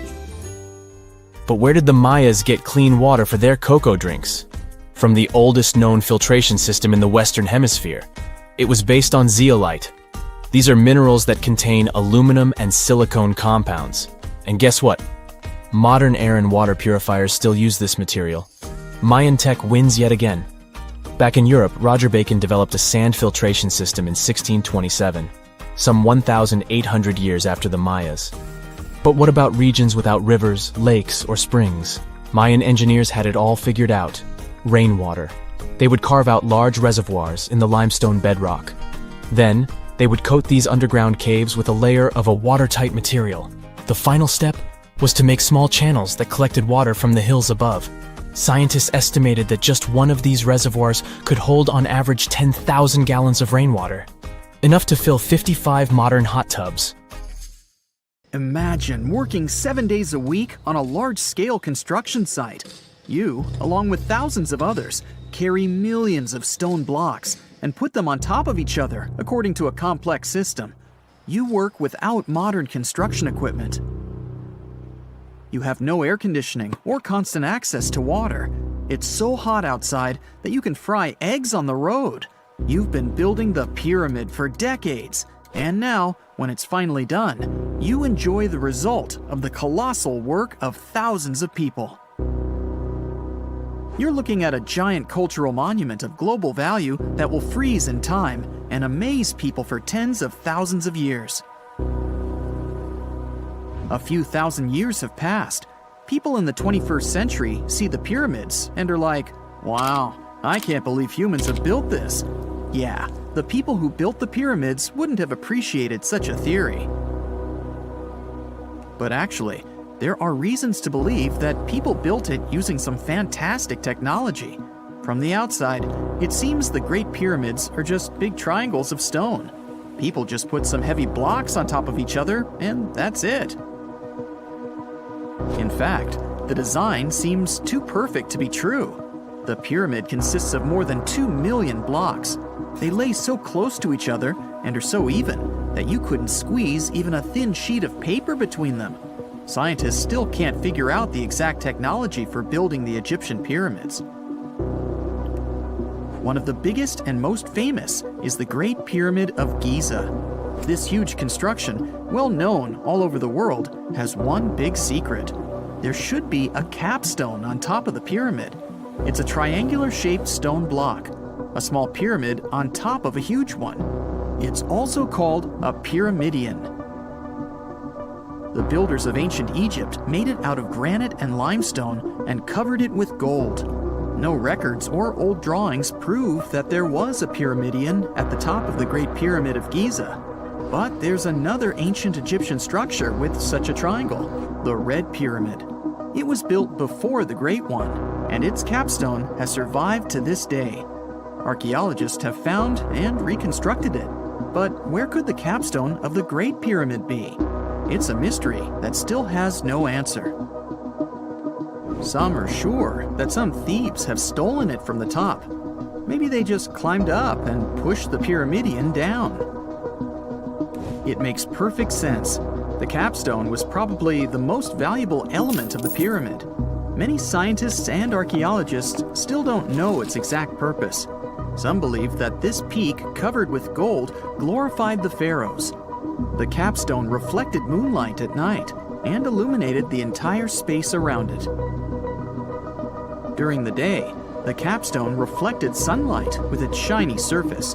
You could have noticed it from afar. The top of the pyramid was a kind of guiding star for lost travelers. All other stone blocks of the pyramid consist of limestone. People polished them to make them look shiny. In the past, they were even glowing and reflected light. You could see glowing pyramids from space. although they looked like tiny lights.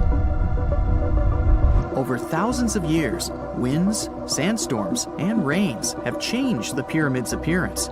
If people had taken care of them all this time, they would have looked like something out of science fiction movies, or the pyramids from Las Vegas. But unfortunately, we will never see their original appearance. Some archaeologists and scientists believe that the capstone could absorb the sun's energy and distribute it evenly throughout the pyramid. No one knows precisely why the Egyptians needed this technology. There's a theory the pyramids are ancient energy systems. The pharaohs applied this energy to use some unique technologies that were more advanced than all the achievements of the 21st century. And the triangular shape of the pyramids was ideal for boosting this electromagnetic energy.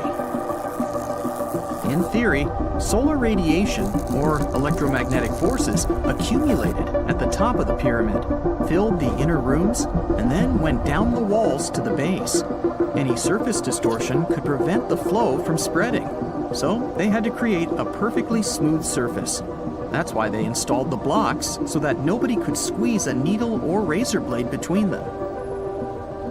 Many people believe in this theory because they built the pyramids from limestone. This material can hold energy inside itself. In the inner part, they created granite deposits to cause air ionization, that is, to create an electric charge. They also dug channels under the pyramid for water to transmit electricity. And at the top, they put a gold capstone, the best conductor of electricity.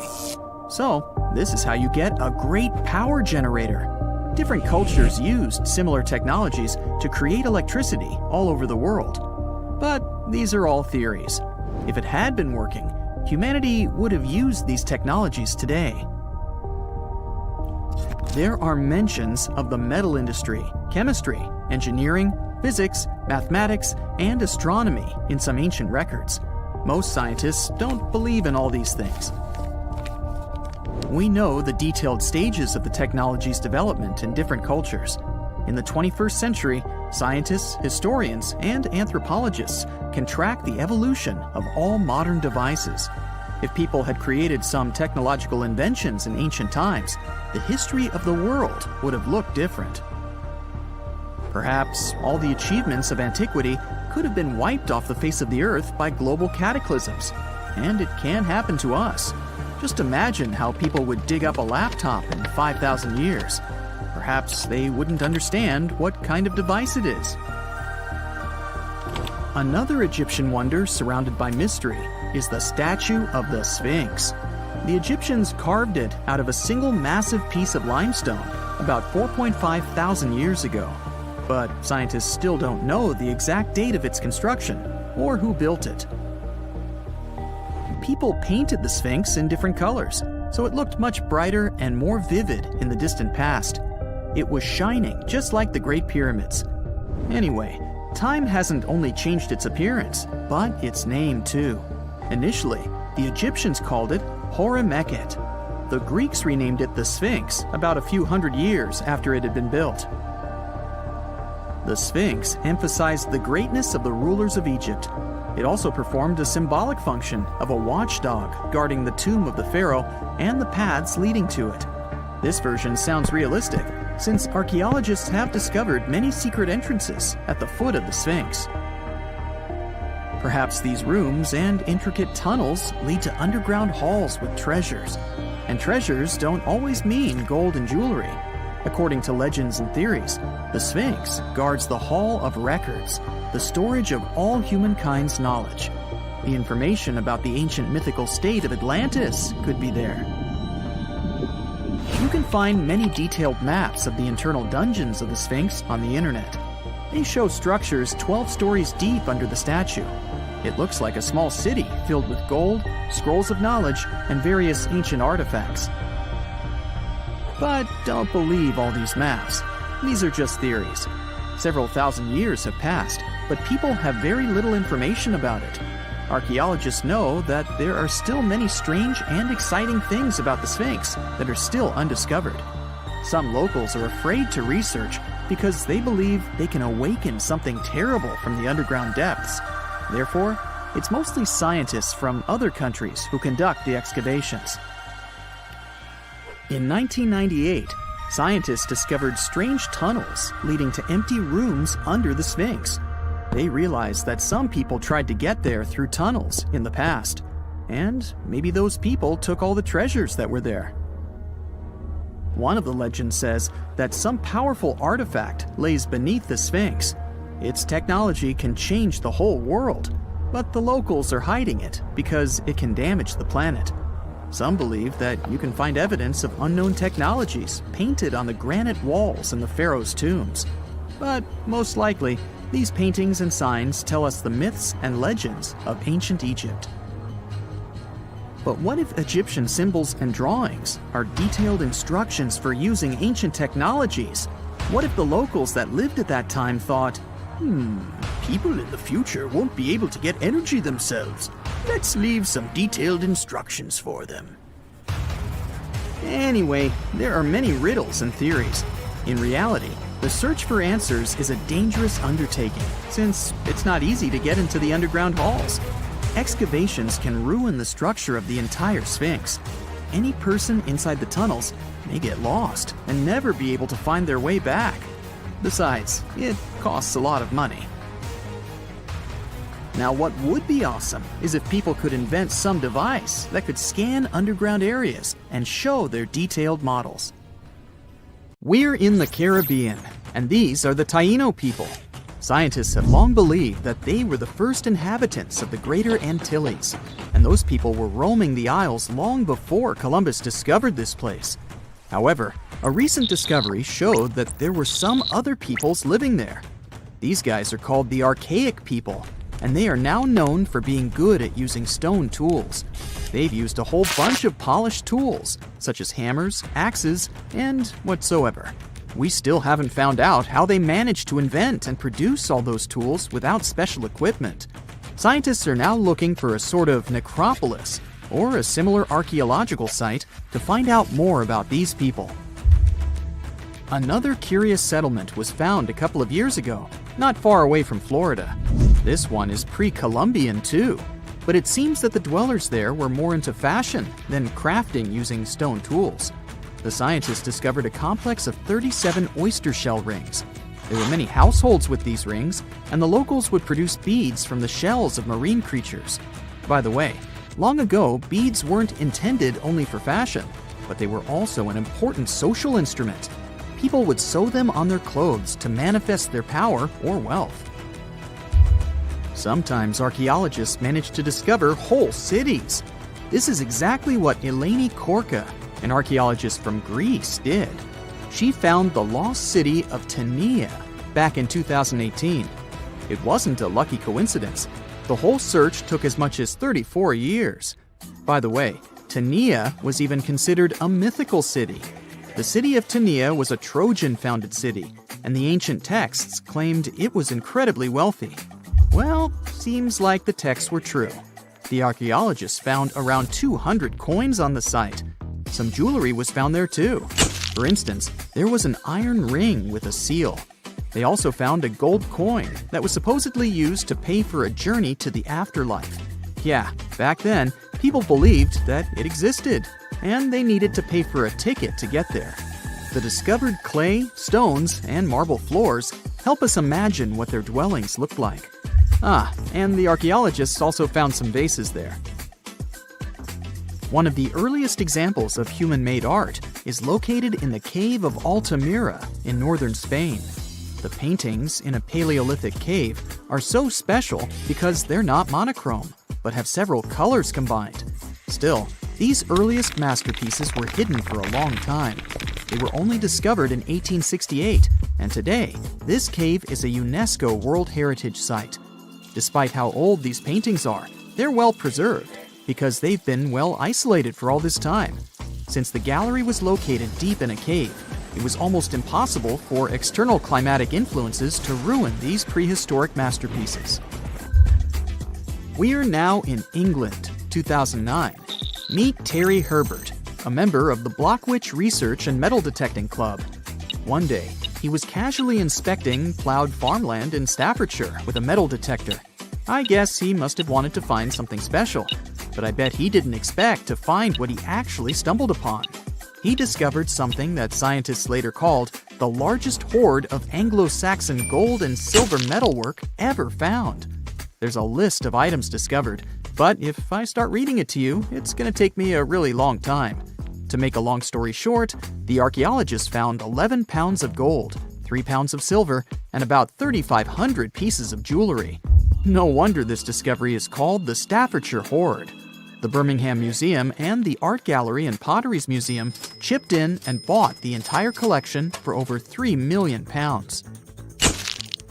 Messages in a bottle are a famous cultural phenomenon we often see in movies, but it turns out this method of preserving letters is quite efficient. This is proven by the Dead Sea Scrolls. Back in the 1940s, Bedouin shepherds discovered 7 scrolls contained in clay jars in a cave. These scrolls were determined to be around 2,000 years old. But these manuscripts were only the beginning of a number of great discoveries. The Bedouins sold these manuscripts, but people continued finding more. The last discovery took place in 2021, and who knows, maybe there's more to find. Another piece of art recently found in a cave was a painted shell. This fossil was discovered in northern Italy, and scientists believe such fossils were collected by Neanderthals. This find is curious for a reason.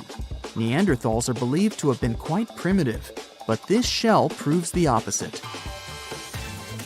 Back in 2004, Robert Muckle, an archaeology professor, heard about a peculiar site hidden in the forest of the North Shore Mountains of British Columbia. Robert knew that a few old cans and a saw blade had been found there. This place was believed to be a sort of logging camp, but a thorough excavation that took 14 years to complete revealed something different. Turns out, it wasn't a logging camp, but a long-lost Japanese settlement. The archaeologists found around 1,000 items, such as white and blue rice bowls, teapots, pocket watches, sake bottles, and buttons. The ceramics weren't that well preserved, so they only discovered hundreds of fragments. In one of his interviews, Robert mentioned that they also found remnants of a bathhouse. The community that lived there was pretty small, since there were only about 14 houses found. The scientists believe that they must have lived there in secret. People have changed their preferences over the centuries. Fashion has certainly changed, and our houses too, not to mention our technologies. But there's one thing for sure that's been unchanged: our love for food. Scientists managed to discover some of the oldest examples of people's favorite food. They inspected some ancient pottery and managed to find traces of best-loved food dating back to around 2000 BCE. It all happened in Sicily, and guess what that food was? No, it wasn't pizza or pasta, but olive oil. And there's more. Researchers from Egypt discovered some lumpy substance in some ancient pottery, which turned out to be cheese. It dates back to the 13th century BCE. I guess it didn't smell nice, since that cheese is estimated to be over 3,000 years old and was bacteria-ridden. Cool fact here, this cheese must have been quite exquisite. After studying it, scientists came to the conclusion that it was cooked with a variety of milks. They claim ancient people used a mixture of cow's milk and sheep or goat's milk. You probably thought, hey, you mentioned olive oil and cheese, but what about bread? Sure, bread is inseparable from almost any culture, and different people have had their own type of bread. And there's scientific proof that bread was one of the first dishes people learned how to cook. A group of archaeologists found some bread that was over 14,000 years old, 14,400 years old to be precise. What's weird is that people back then weren't familiar with agriculture. They were hunters, and technically, this old bread predates the age of agriculture by 4,000 years. Yeah, there's still much to learn about the ancient world. Here comes not the sun, and the Beatles song, but here comes the bonus fact. And right, it's about the Beatles. Yeah, I know, they're not exactly new. The band was formed in 1960. But not all of our facts have to be thousands of years old to be cool. Back in 1966, the Beatles did a live performance of their song Paperback Writer on the TV program Top of the Pops. The BBC somehow didn't record the performance, and all the fans were sure it was lost. Nope. Turns out that David Chandler, a fan of the Beatles, recorded the show with his personal camera. It was long forgotten and stored in the attic for many years. The recording was rediscovered in 2019.